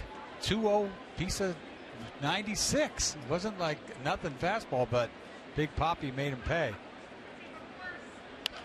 Now Xander taking it the other way per usual, and on the run over to make the catch, Beltran, route number 2. Looked initially like that may have a gap, but Beltran got there quickly. Beltran's not exactly flying in right field, is he? I mean, he's lost a lot of speed. Yeah. He's just not the same guy. I'm sure it has something to do with some injuries he's had this year. But and he's old. Got to be, what, 37? Who knows? In this day and age, 37, 38. What a great player he's been. 2 down here in the 6th inning for David Ortiz.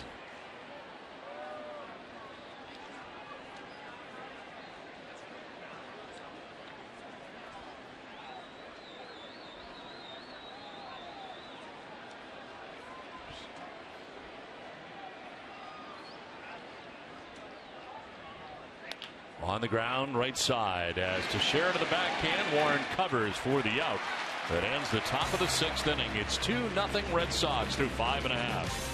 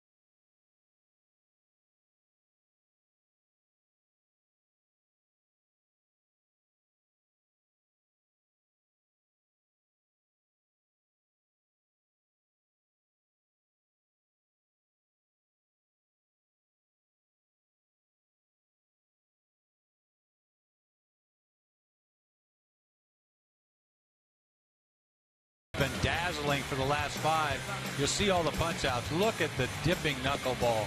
All different which ways. Fastball right there to Teixeira, but back to the knuckleball. Hard to handle knuckleball. It's all over the joint. Down and away, up and in. Look at that thing. Dropped out. And another punch out. 3 punch outs of Ellsbury so far. He's got it going on.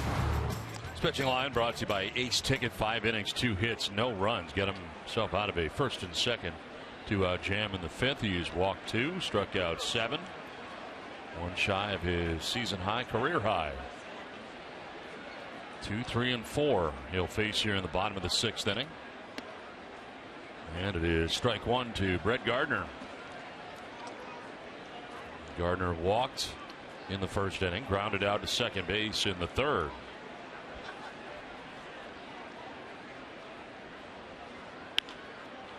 In the air to left, Hanley Ramirez for the 1st out of the inning. It's time for a game break brought to you by Jordan's, the furniture store of the Boston Red Sox. Tom? Oh.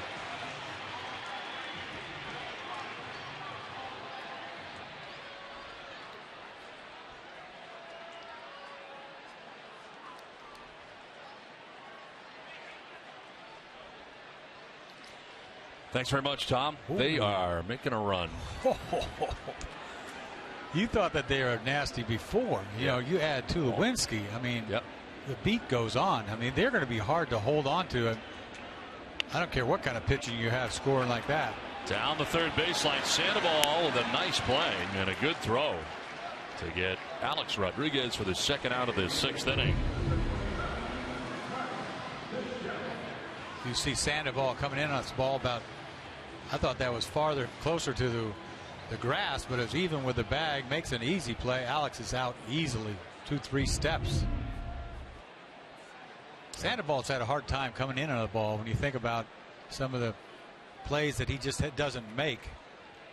Got in a funk there for a while, made a lot of errors, but the one thing that stands out to me is he doesn't come in that well on a ball.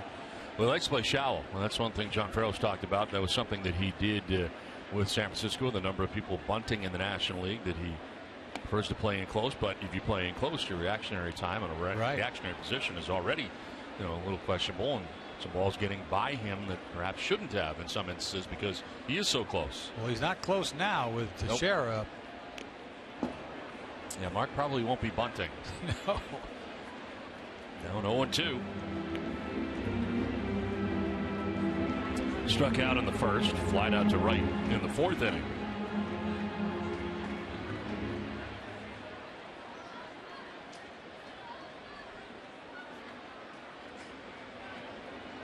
And he strikes out here. 8 strikeouts for Wright, tying his career high. He's through 6 on top 2-0.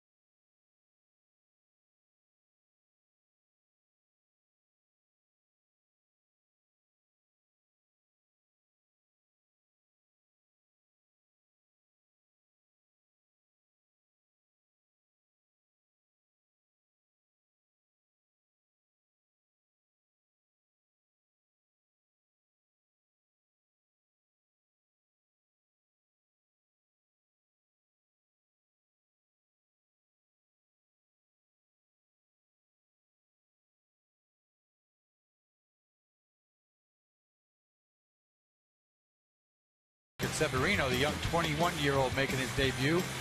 He got nasty slider. We know he has the velocity. You see a punch out by, and that nasty slider down and in. One mistake, fastball 2-0 to Ortiz, deposits it way back. But once again, that slider down and away, another slider, and then a changeup. Got Jackie Bradley a couple of times. Very impressive 5 innings, 7 punch outs. Hanley Ramirez leads it off here in the 7th inning. 0 for 2. He has popped out to second base and struck out swinging.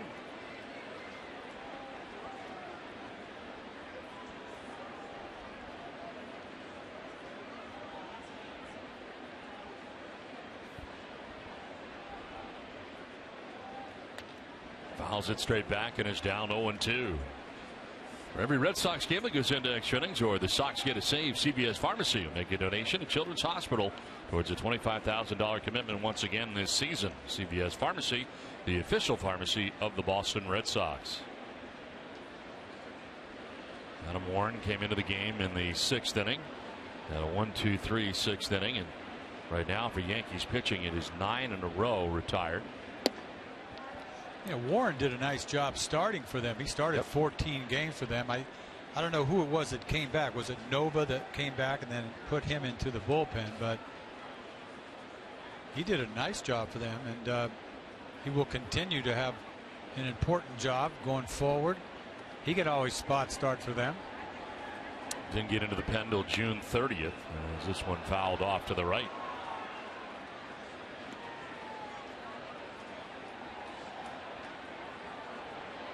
"14 starts, was 5-5 with 3.59 earned run average.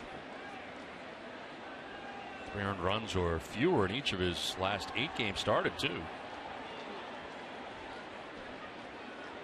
Last year in 69 relief appearances. At a 2.97 ERA out of the pen. Strikes out Hanley Ramirez. It's 10 in a row retired now by Yankees pitching.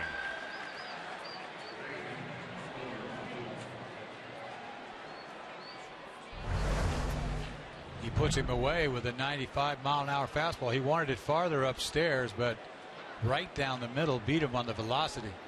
Good insurance, great service, great coverage, and a great price for auto, home, or life insurance. One down in the 7th inning. Pablo Sandoval, the batter. Sandoval grounding out to first in the 2nd, and then again in the 4th. Both times Mark Teixeira up to the task.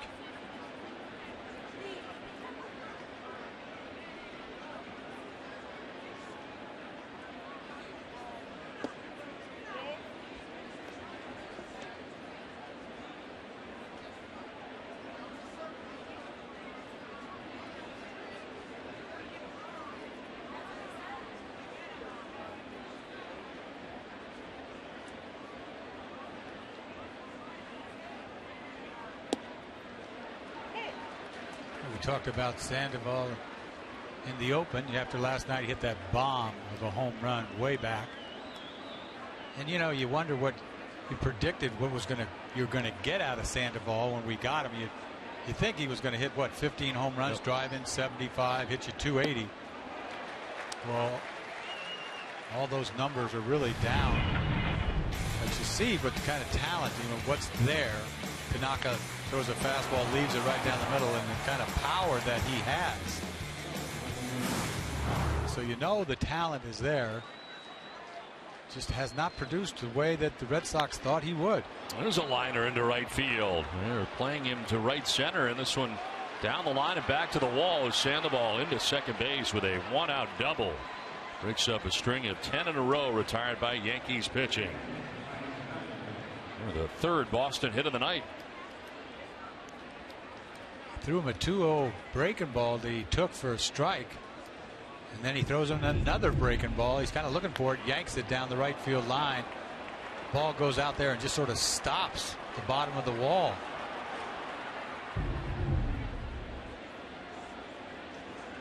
So 1-out double, and here's Mike Napoli. Reached on an error in the 2nd, struck out swinging in the 4th inning, so an 0 for 2 night.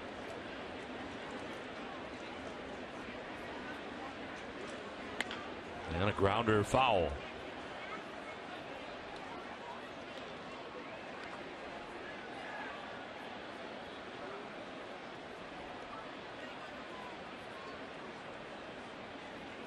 Severino tonight going 5 innings, 2 hits, 2 runs, 1 earned. Didn't walk anybody, struck out 7. Right now on the hook. Thanks to the outstanding work of Stephen Wright tonight. Red Sox enjoying a 2-0 lead, batting in the 7th.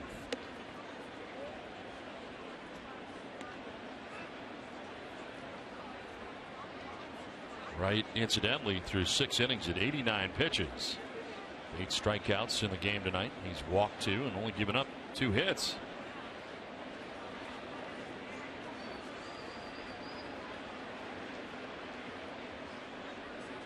Napoli tried to hold up, but went around. A foul tip, too. Napoli getting the news. He didn't think he foul tipped it at all, and Kerwin telling him he did. I thought he swung anyway. Yep, I did too. What do you think? That's a check swing, or there's no way he swung and he foul tipped it to boot? It's a strike either way. Either way. Maybe he's just asking, you know. Just wondering. Hit him. Gets hit instead. On a pitch in, and down to first base goes Napoli.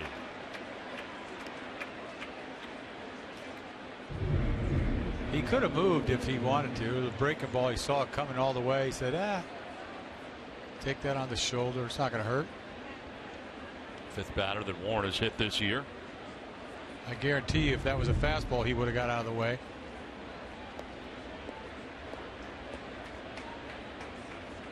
Two on, one away for Alejandro De Aza. And an RBI double in the second inning. Popped out to shortstop in the fifth.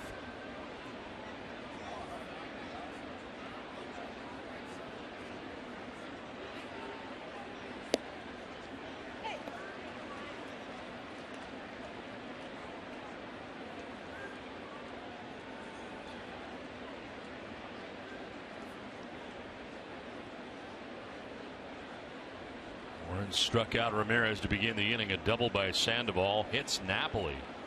So first and second, one down. And De Aza getting the arms out of the way for ball one.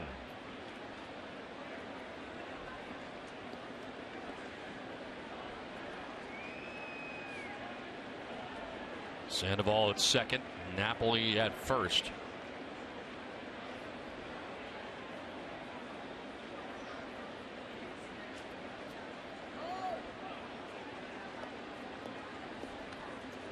Murphy headed out to talk to Warren as they go back and forth. Stay tuned following WB Mason Extra Innings live for Red Sox Final. TC and Steve Lyons will break down the tight American League wild card race. That's tonight on NESN Final, presented by Uno's.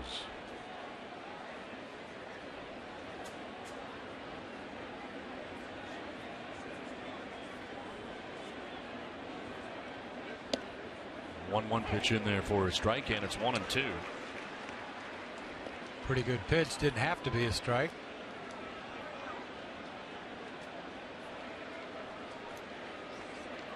Both of the hand guards for base running. Looks like an oven mitt. They both have it on.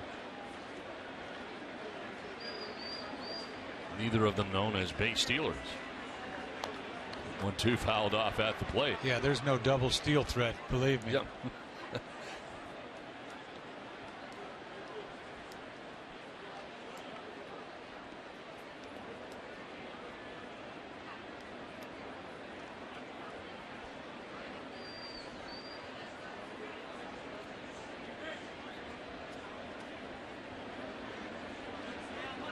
Fifth pitch coming up here for Adam Warren with 1 out, 2 on.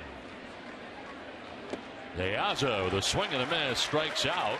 The catcher Murphy didn't know how many outs there were. He was headed to the dugout. That's only out number 2. Well, we've seen that a lot, haven't you? You'd think the catcher would know. Anyway, he's trying to throw that fastball in, throws it the opposite. Foul tips it into the glove, and where's he Murphy's not really sure. Strike 3, I'm leaving. I'm going to the dugout with the ball. Not really sure. Maybe he's deking him. 2 on, 2 down. Luke Swihart, the batter, 0 for 2.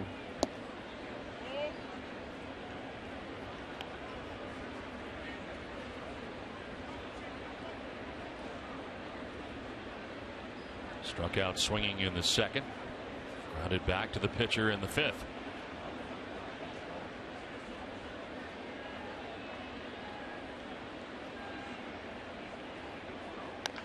On the ground on the first baseline, foul.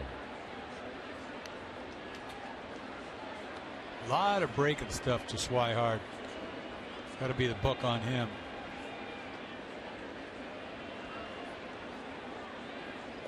Comes into tonight's game hitting at .244.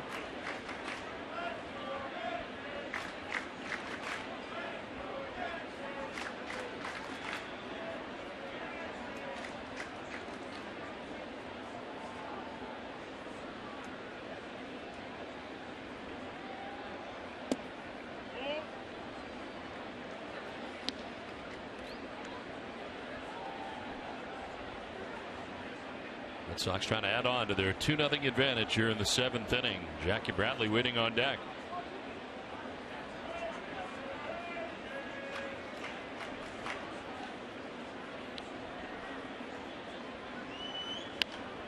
Fouled off to the left, and that'll even it up at 2-2.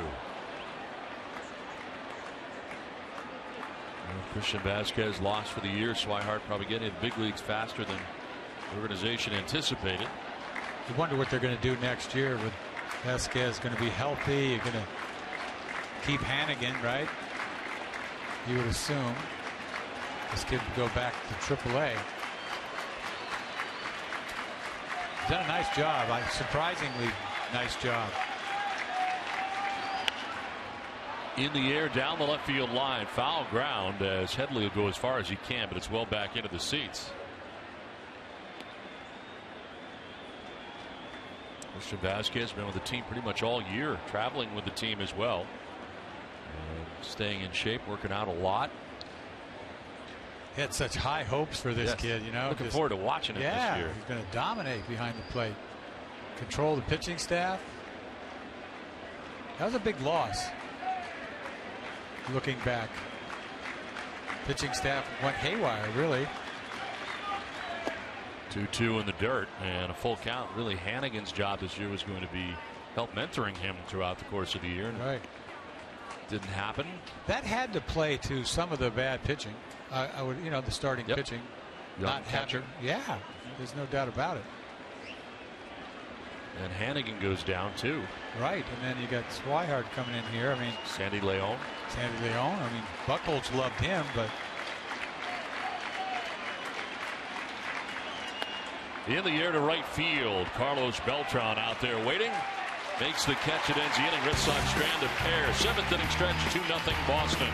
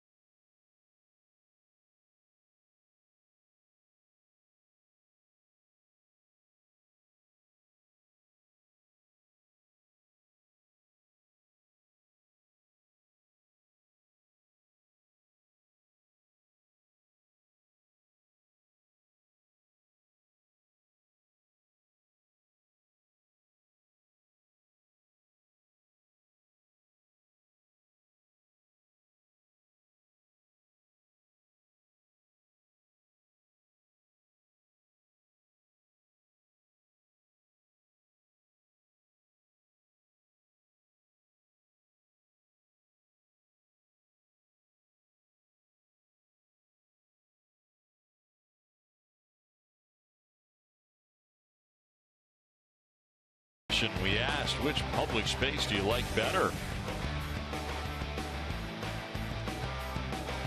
Boston Common, as you predicted, Eck running away with it. Surprise. Yep.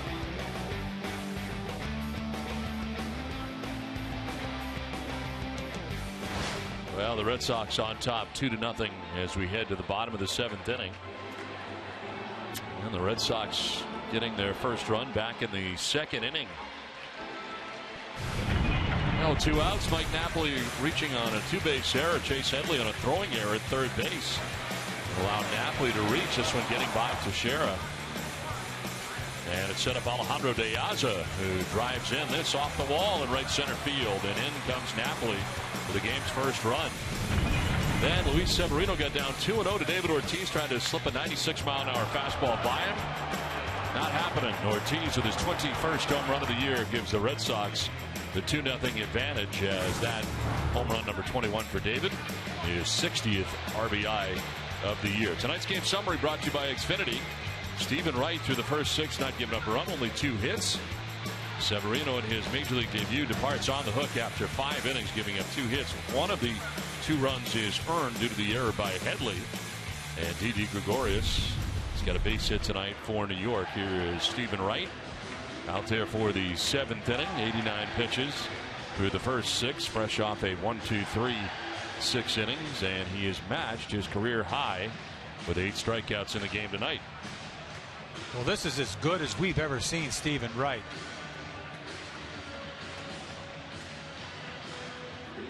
He's got to finish him off. We'll be dealing with Beltran, Headley, and Gregorius here in the 7th inning.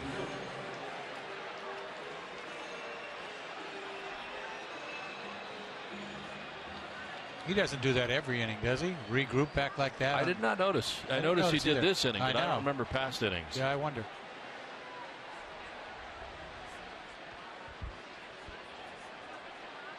Beltran walked in the 2nd, fouled out to Brock Holton. A good catch. Back in the 4th inning. Holt had to reach into the first row to make the grab.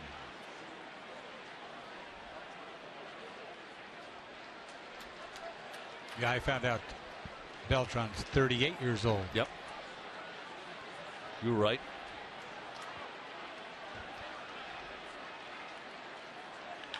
High drive, deep right towards the corner and gone. Beltran with his 9th home run of the year gets New York on the board with 1 swing of the bat.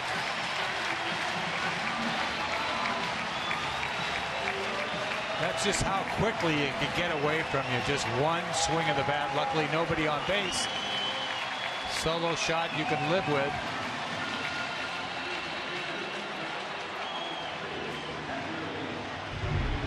.38-year-old Carlos Beltran flips this ball right out of here. Anytime you hit a ball down to that porch over there, you know it's gone. See ya.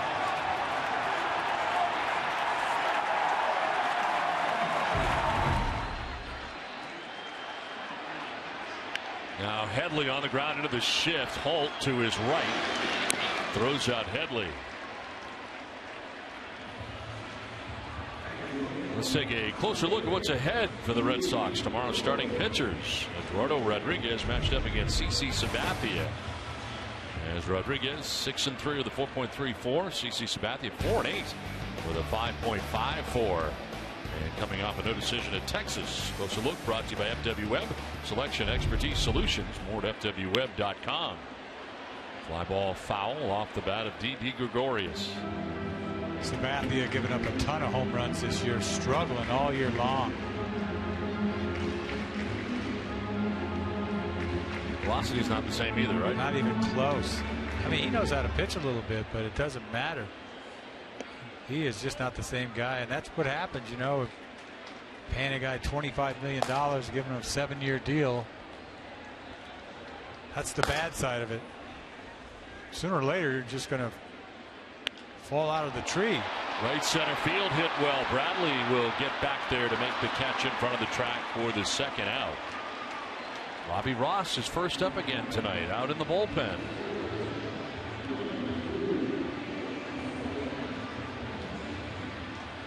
So he has been the first guy for John Farrell up. Was last night, is again tonight. Right, and it's his go-to guy.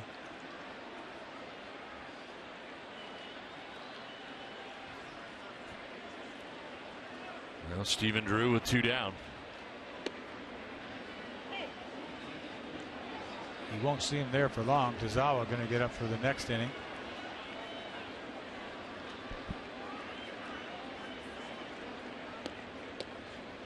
Clanks off the glove of Swihart. Now you're getting towards the end of the Yankees bullpen. Betances, who came on to get a very big out last night. Ended up that's all he needed because the Yankees then went to work offensively. 9 runs in the 7th inning. Didn't need Betances anymore after that. No, it's such a weird appearance for him last night, coming in the middle of a bat, right? 1 and 2 count. Threw about 5 breaking balls in the dirt. Drew strikes out. Wright settles down after allowing a home run to Carlos Beltran. It's 2-1 Boston. Take a look at the updated Red Sox box score.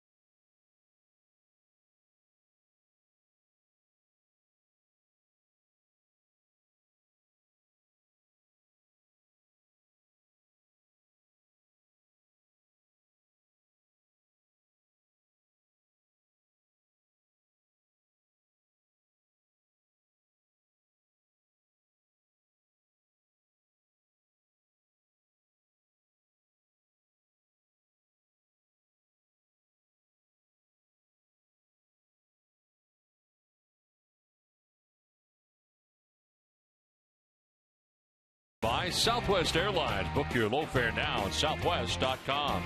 Sullivan Tire and Auto Service. Thank you, New England, for 60 great years. And by your local Subaru dealers.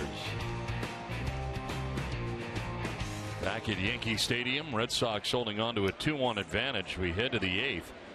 And Jackie Bradley leading it off. Third inning of relief here for Adam Warren. No surprise not to see Betances, who was warming up, but right now going with Warren at least to begin the inning. Bradley 0 for 2. He has struck out twice.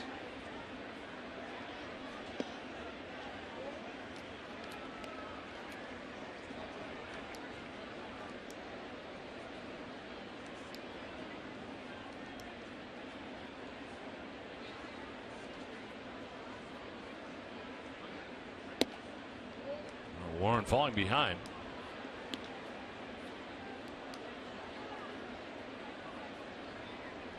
Warren with 2 strikeouts, giving up a double and a hit batter, but he's not allowed a run since coming in the 6th inning. To left center field. Ellsbury on the run will get there, and plenty of time to spare for the first out of the 8th inning. But tomorrow at 6:30, don't miss Red Sox Game Day Live, presented by DCU. TC and Steve Lyons will preview Eduardo Rodriguez's first career start at Yankee Stadium. DCU, Digital Federal Credit Union. What can DCU save you? Jason Shrev up in the pen.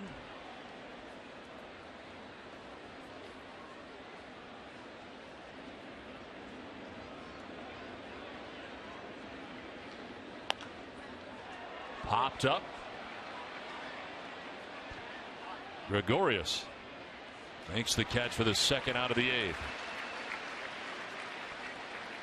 Now this summer, pump up the fun with Irving Oil. You could win a Ford Escape, a Can-Am Spyder, $5,000 in cash, or other great instant prizes. Visit a participating Irving Oil and IrvingFun.com for details. You see, Tazawa just started to warm up. 2 outs. I was going to say, he has the look of a guy who's coming back here. Right. Because he doesn't look ready. Tazawa, he's a ways off. Quick out right here. He's not ready. Xander Bogaerts 0 for 3 has struck out, popped out, lined out.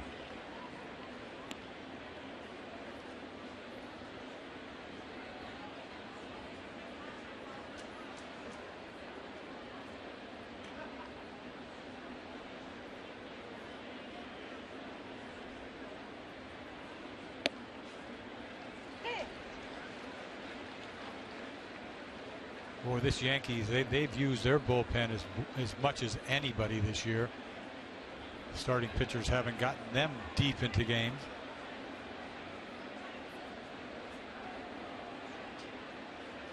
We talked about it last night that it seemed like the Yankees were interested in some of the back end bullpen, more guys to shorten the game that way, the other way. Right. Grab the attention of Bogaerts at 93 miles an hour and in.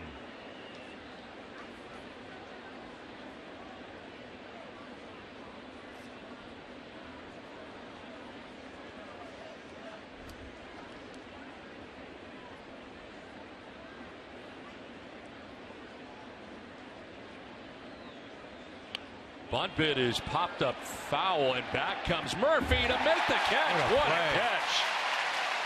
John Ryan Murphy comes back to make the catch all the way back to the backstop to grab that.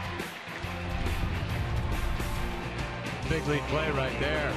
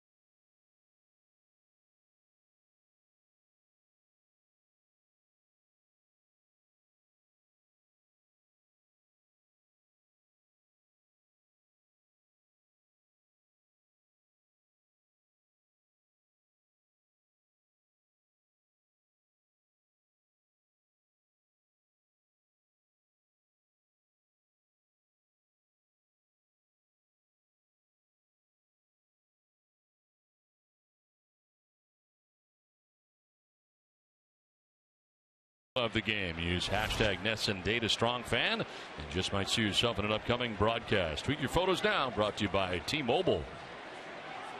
Aubrey J. Brown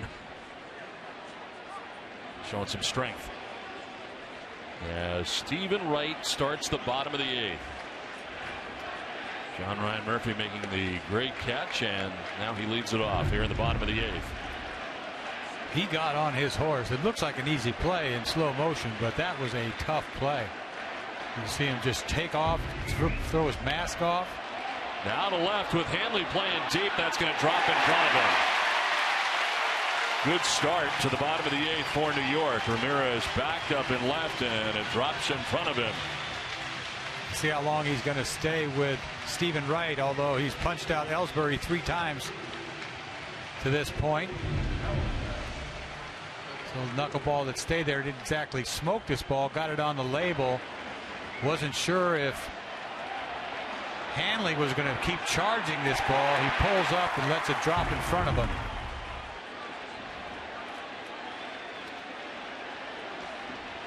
Lead runner on for New York in the 8th inning. Ellsbury taking the ball. In on the grass at third, Sandoval.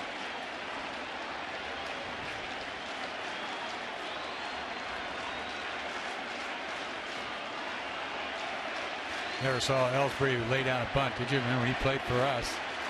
Especially tough to do against a knuckleballer. Yes. swinging away and fouling it back to the screen. He looks like he's just trying to make contact the other way. He's made him look so bad 3 times. This ball's running away. See the last minute, trying to slash that thing the other way. Struck out 3 times tonight, 14th time in his career that he has done that. He struck out 4 times once in his career. Back off a right, kicks to short. Bogaerts touches second, goes to first for a double play as Napoli kept the foot on the bag. Nice play by Xander Bogaerts on a ball that changed direction as it got a piece of Wright, the pitcher, on the way by. Luckily, it didn't hit Wright's foot any harder, and it kept going straight back. You see, it could have kicked all the way over to the right, but Bogaerts takes it himself, and the stretch, the quick Ellsbury is out. But that's a beautiful thing, double play ball. Especially you got Ellsbury running. It didn't look like it was possible initially, but it was, and a nice play by Napoli. You see, it kicked off just enough that he wasn't out of position. It could have easily went a little farther to the left.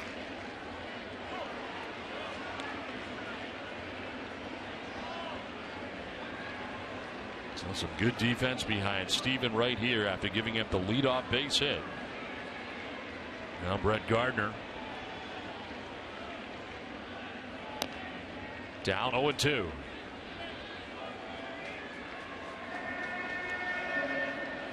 A walk for Gardner back in the first, grounded out to second, and is flied out to left.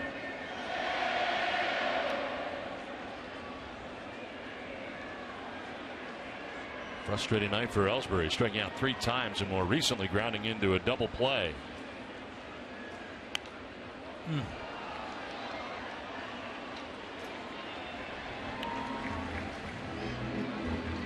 Andrew Miller is up in the pen with Shreve warming.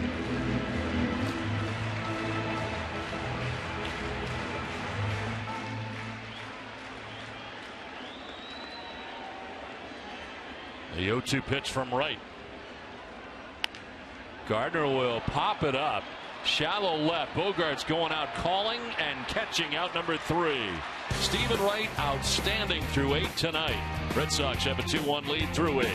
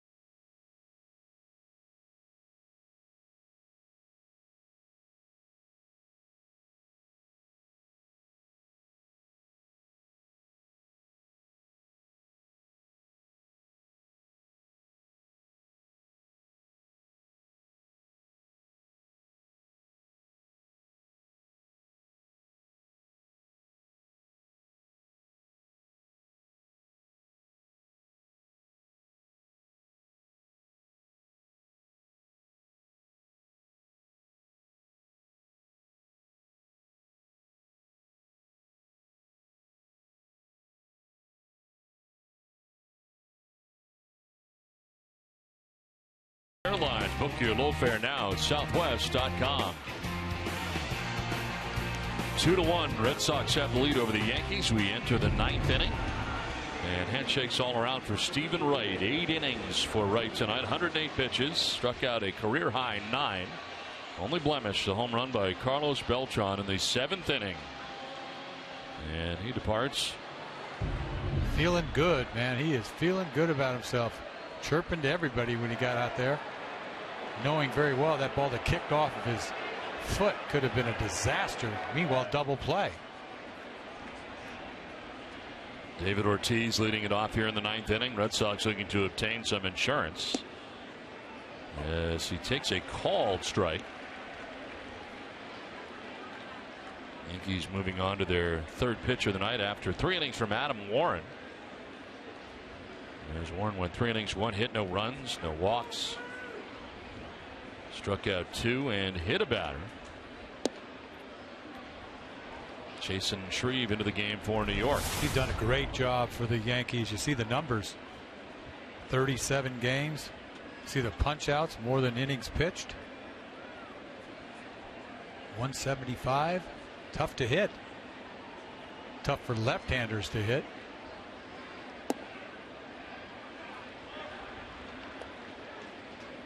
He's out of Las Vegas, Nevada. 24-year-old.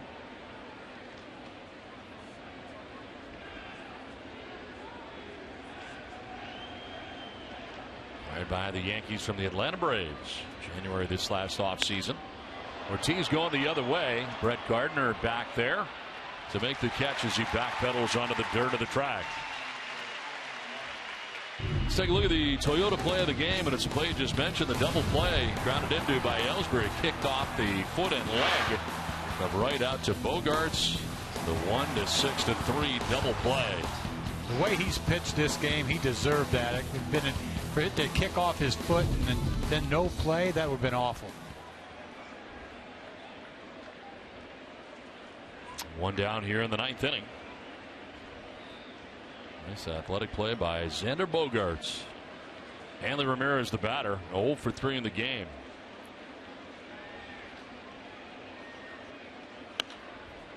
Well, Bogaerts was rushing to get to the bag because he knew Ellsbury's getting down the line.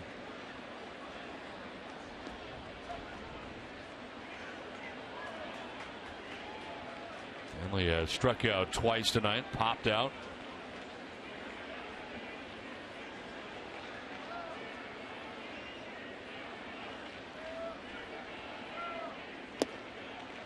Action in the Red Sox pen. The action you might expect. Koji Uehara. If I was Koji out there, I'd be begging for another run. Don't like that 1-run stuff. I'm telling you. 2 or 3 is a little better. But don't get carried away. You know. No more than 3. Yeah, that's what you're thinking. Yeah.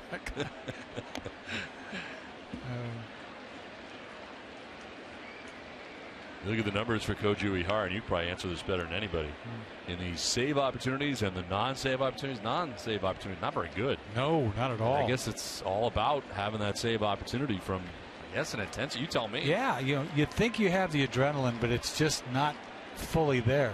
You know, when you know that you can make a mistake, several mistakes, you're just getting your work in. I'd like to say that I took the same feelings each and every time I went out there, but it's human nature, I was always nervous, but I wanted to be fully adrenaline, Can't come in and get an inning in 9-1 game or something. It's silly. But you got to do it sometimes because you got to get out there. On the ground back to the mound, Shreve fields and throws, and Hanley Ramirez out number 2 of the 9th inning. Red Sox aren't exactly smoking the ball. 3 hits on the night. The home run by Ortiz. Sandoval hit a ball down the line hard for a double, and then the Diaz a double off the wall. 3 extra base hits.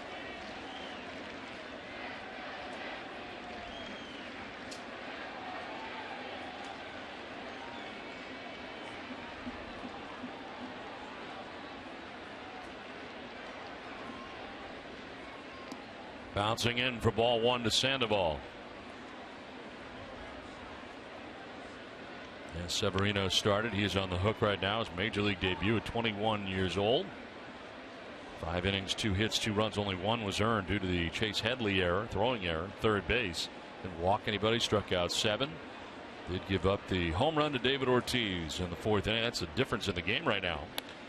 This is down the right field line, and it is going to one hop up into the seats. A ground rule double for Pablo Sandoval with 2 outs. His second double of the night, and both have been to right field.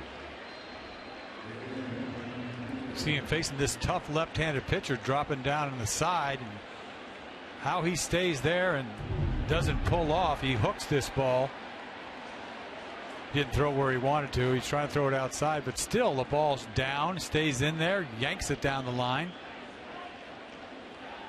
It's a nice piece of hitting considering the fact that he used to hit right-handed against left-handed pitchers.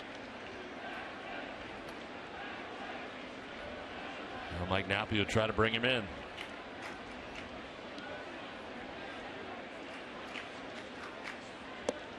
Napoli reaching on an error in the 2nd would score the Red Sox first run. Struck out swinging in the 4th. Hit by a pitch in the 7th.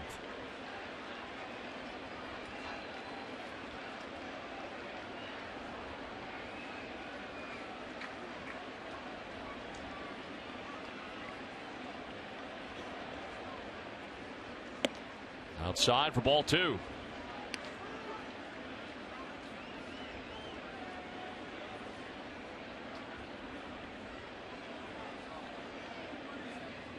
Alejandro De Aza waiting on deck. Red Sox batting here in the top of the 9th inning.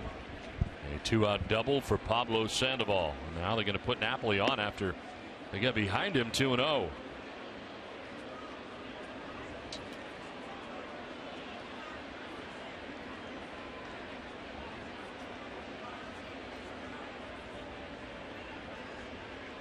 So the intentional walk for Napoli.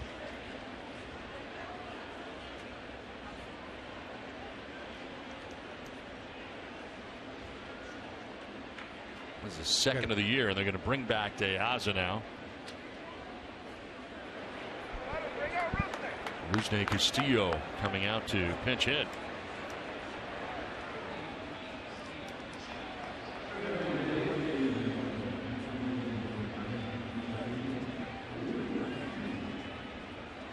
So a chance here for Castillo with 2 down and 2 on. Well, Fans Nessa is looking for the best backyard ballparks in New England. Upload a video of your backyard ballpark to NESN.com/ballparks. Enter today. If you are the winner, Jerry and I will visit your backyard ballpark. When do you have to do that? End of the year or when? That's a good question. Coming up, huh? It's coming up. Right now, you got to send your video in of your backyard ballpark. I think the visit will come sometime in September would be my guess. Once we've found the best backyard ballpark. Then what are you going to do? Play wiffle ball? We're going to show up. If they let us in, we're going to go inside the house. I think they'll let you in. May and may not. Nobody's home. Oh, I thought you were going to go back in that ballpark and start playing. I don't think you and Jerry. I don't think so. I don't think so. I can't see Jerry tossing it around trying to go bridge. You know what I'm saying? I might though. Wiffle ball? Yeah, you might. 2 on, 2 down. And the pinch hitter, Rusney Castillo.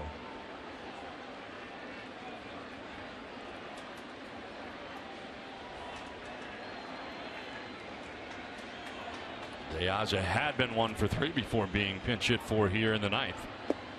As Castillo takes ball 1.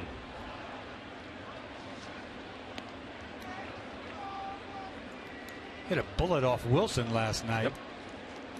That was in a pinch hitting role, wasn't it? Yes, it was. He stayed in the game in right field. Ended up 2 for 2 with a stolen base in the game last night.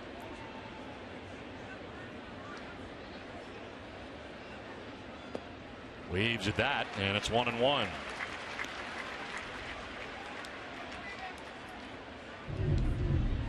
Looking fastball and throws him a little changeup down and away, not even close.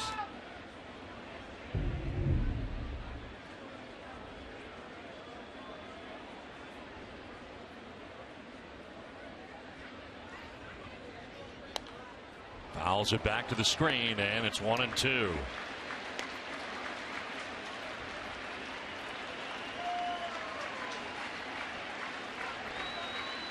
Makes Swihart on deck, but there are 2 outs here in the 9th.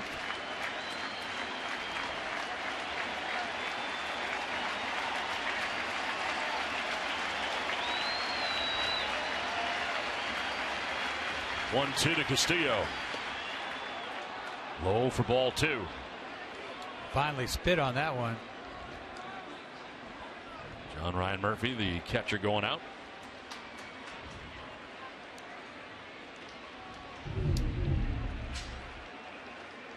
Just not enticing enough. Swung at one worse than that earlier in the bat.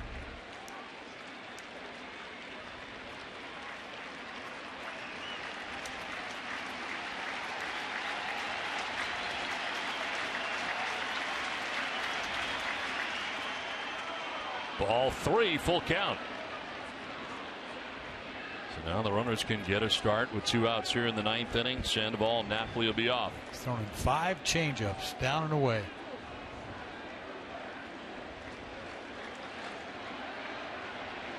Big run out there on second base.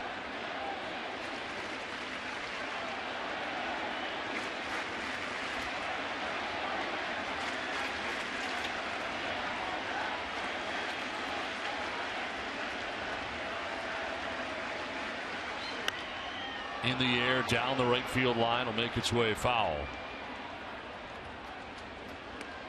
Do it again, 3-2. First fastball he saw got way in on him. It was ball 4, but trying to protect. See this ball run in.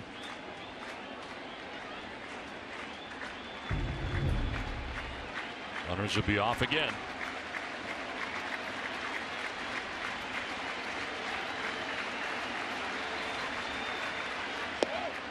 Ball 4, he walks him to load the bases. So they intentionally walk Napoli. Castillo pinch hits and walks to load the bases. Pretty good at bat there by Castillo. Flailing the first couple of swings and then finally recognizes that those off-speed pitches are not strikes.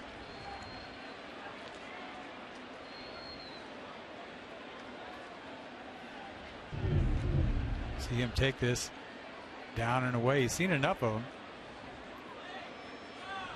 Now Blake Swihart 0 for 3 in the ball game. Ball 1. That's a lot of salad he's throwing up there, yep. Isn't it? Down and away, nothing balls. Swihart striking out in the 2nd inning. Grounded back to the mound in the 5th. Fly to right in the 7th.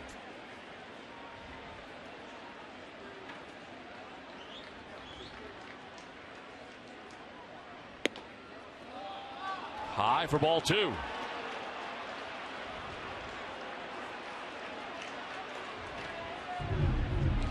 Getting interesting. Finally throws a fastball a little up.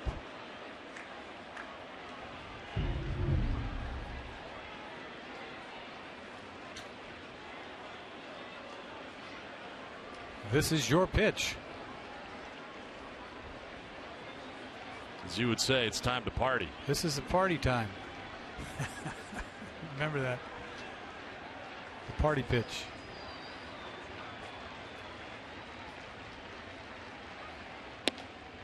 And it's a strike on the outside corner.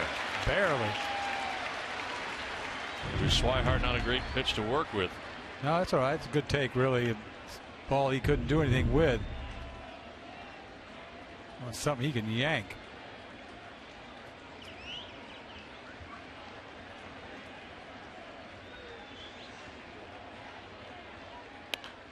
Fouls it back, and it's now 2-2. So Shreve has battled back.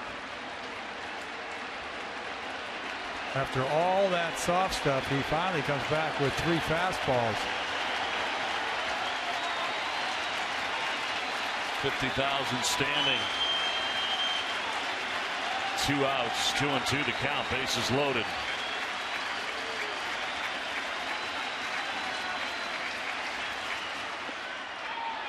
Full count. And now everybody will be in motion. This is a major party time here. Because they're running. Everybody's running. Everybody's running. We're talking about RBIs galore. 3 balls, 2 strikes, 2 down here in the top of the 9th inning.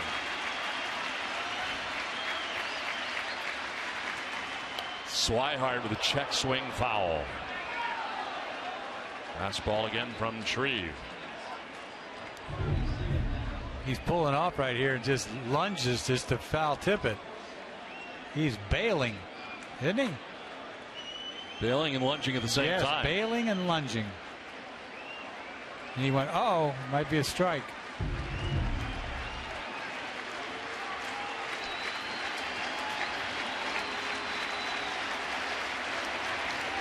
Bases filled with Red Sox. They're off. 3-2 the count. Swihart fouls off another pitch. You'll see an 8th in this at bat. Red Sox should put on some good at bats here against Shreve. Bradley waiting on deck.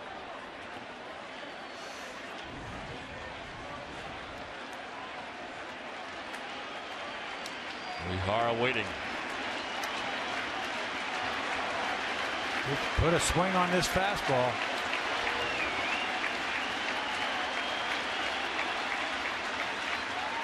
Ooh, strike 3 call. We're at the bottom of the zone. Swihart is frozen.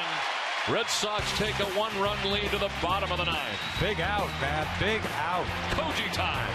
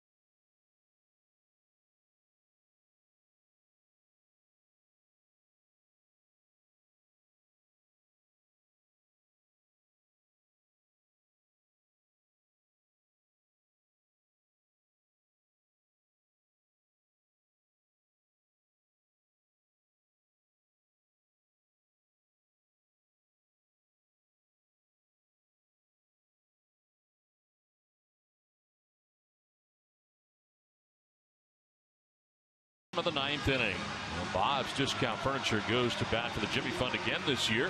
Bob will donate $1,000 to the Jimmy Fund for every game saved this season. Everybody saves at Bob's. Bob's Discount Furniture, quality, choice, and value. Learn more at mybobs.com.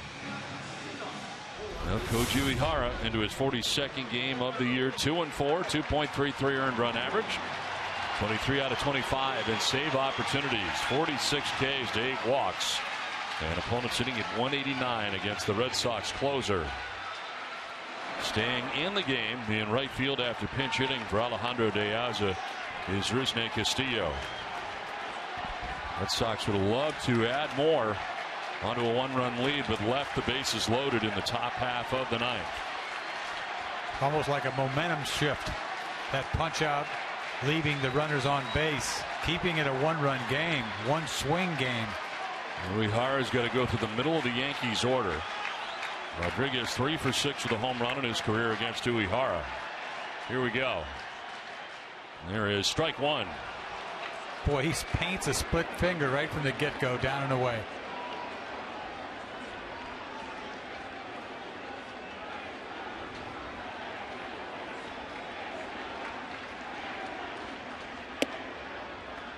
Inside. A-Rod tonight 0 for 3, strikeout, 2 groundouts. You think A-Rod be sitting on split, especially the way he took that fastball.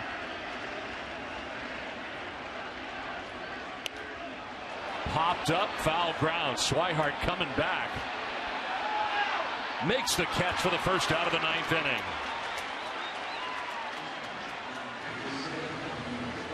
So A-Rod fouling out.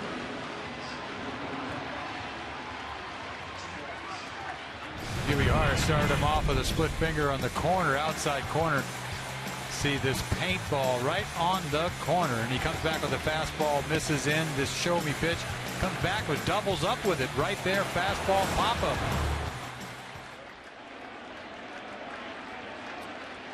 Teixeira 2 for 12, a couple of home runs against Uehara. Broken bat to right and diving and playing it on a hop in right field. No, he made the catch. According to the umpire, I thought it hopped, but Castillo has been given credit for the catch. I don't know. First base umpire Rob Drake put his thumb in the air.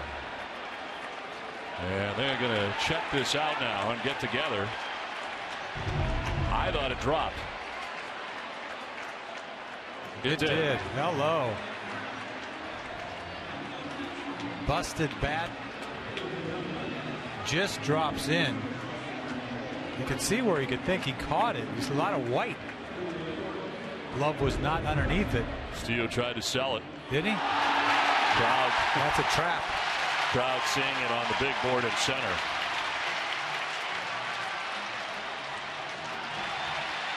There wasn't much room to drop in out there, especially a little dying quail that he hit. So it is a base hit for Teixeira to right field. Call on the field overturned. Now you get a guy on base that can run a little bit, Chris Young.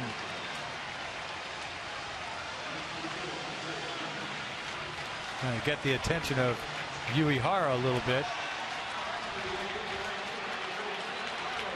So Chris Young pinch running now for Teixeira, representing the tying run. Beltran 1 for 4 in his career against Uehara.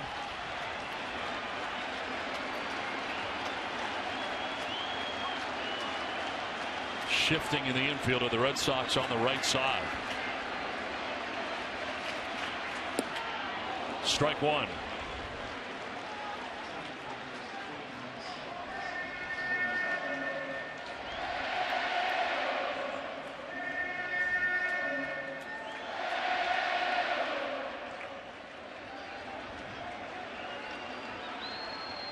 Beltran off the end of the bat fouls it off. Whoa, that was a good pitch to hit right there. He left it up a little bit. Beltran a little too quick. Doesn't take much to hook a ball out of here. You see that pitch right down the middle. Too quick, hits the end of the bat. He's got to bury one of these things in the dirt. There you go. He did, but it'll get away. Too far in front of the plate, and the tying run in scoring position now. Wild pitch uncorked by Uehara. Wanted to bury it, but he buried it before. Especially after he threw the pitch before that was right down the middle. He said he didn't want to make a mistake there, and he just fires this ball 50 feet. No chance for Swihart here. You don't see too many pitches like that from Uehara. Definitely concerned in one swing of the bat, and it's ball game.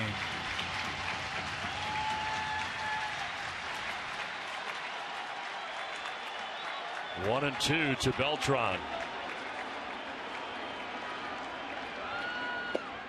2-2.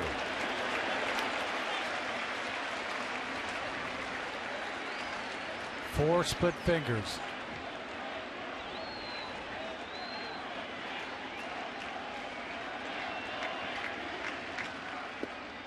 Full count now. I'm telling you, man, he threw that one that he hung, and he's afraid to get carried away in the strike zone.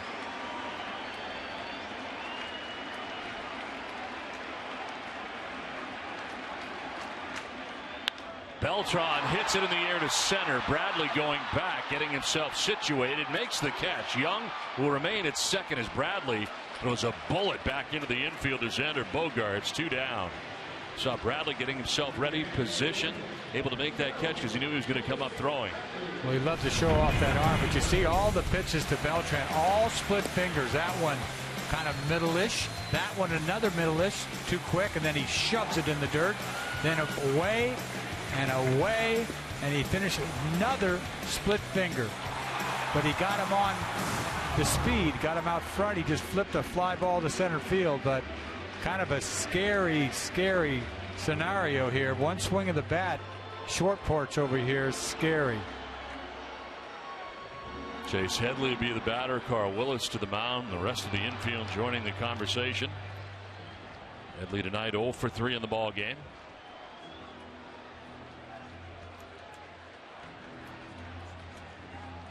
Headley, who came into this game with a 12-game hitting streak, 0 for 3 in the ball game tonight, striking out, popping out, and grounding out. Chase Headley took him deep last year. This is definitely a trap to Shera's ball.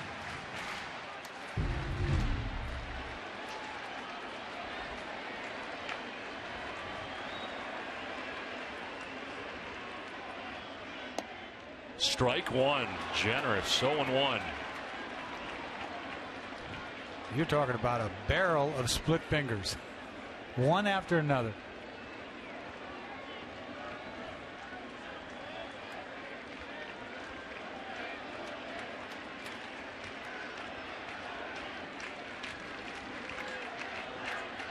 Obviously, everything away.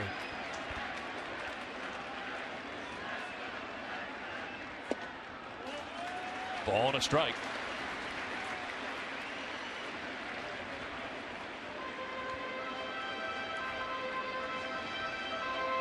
He's either going to paint him on the corner or it's going to be outside, period.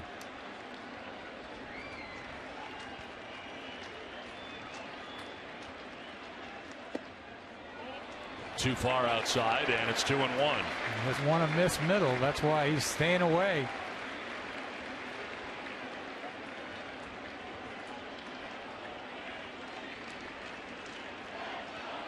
Tying run at second base, 2 down here in the bottom of the 9th inning. Gregorius on deck. Ball 3. There's a fastball. One fastball we've seen.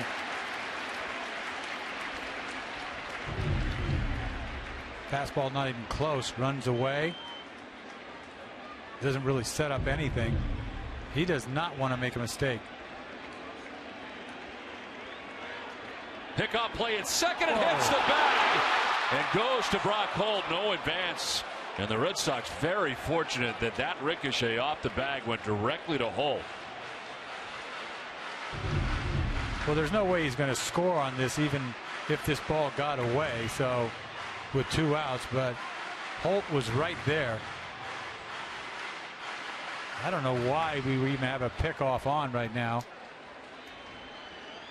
Only 3 career pickoffs. He's off balance when he throws that to begin with. He throws it right on the bag. 3-1 in the dirt. Swihart blocks it, and that's ball 4. So a walk for Headley with 2 outs. And a pinch hitter coming up here for New York. Boy, this hasn't been easy.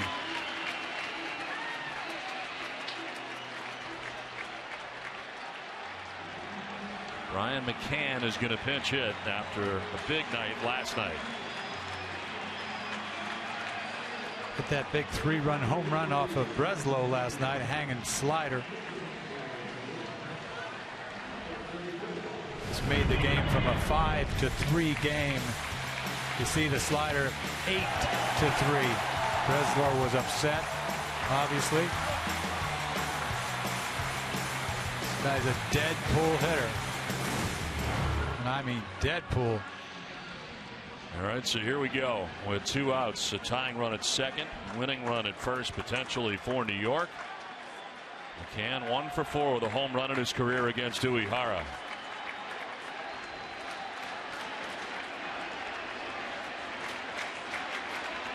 And a reluctance to throw many fastballs so far for Uehara.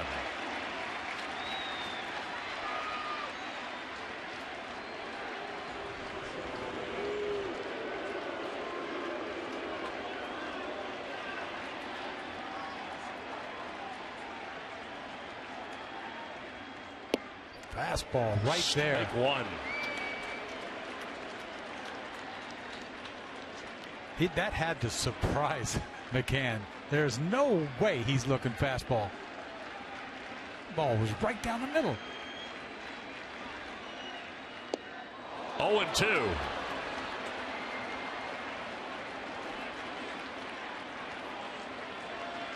Now he could just play with him a little bit and keep the ball away. That first pitch, fastball down, I guess, but middle of play. The next one is just way off speed. He's got him right where he wants him. Now the 0-2. Foul back to the screen. He'll do it again.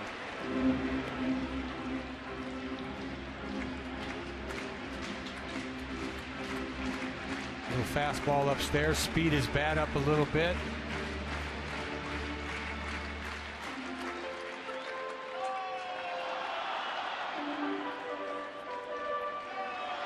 You got to throw this one in the dirt. The 0-2 pitch. Fouled off at the plate. Fastball there from Koji. Try to get another one by him. Man. It's a new baseball. Walks counterclockwise around the mound.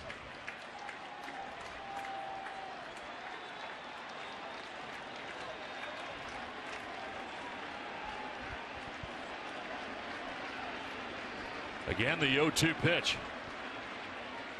McCann hits it to center field. Bradley out there in center waiting. Makes the catch and the Red Sox win.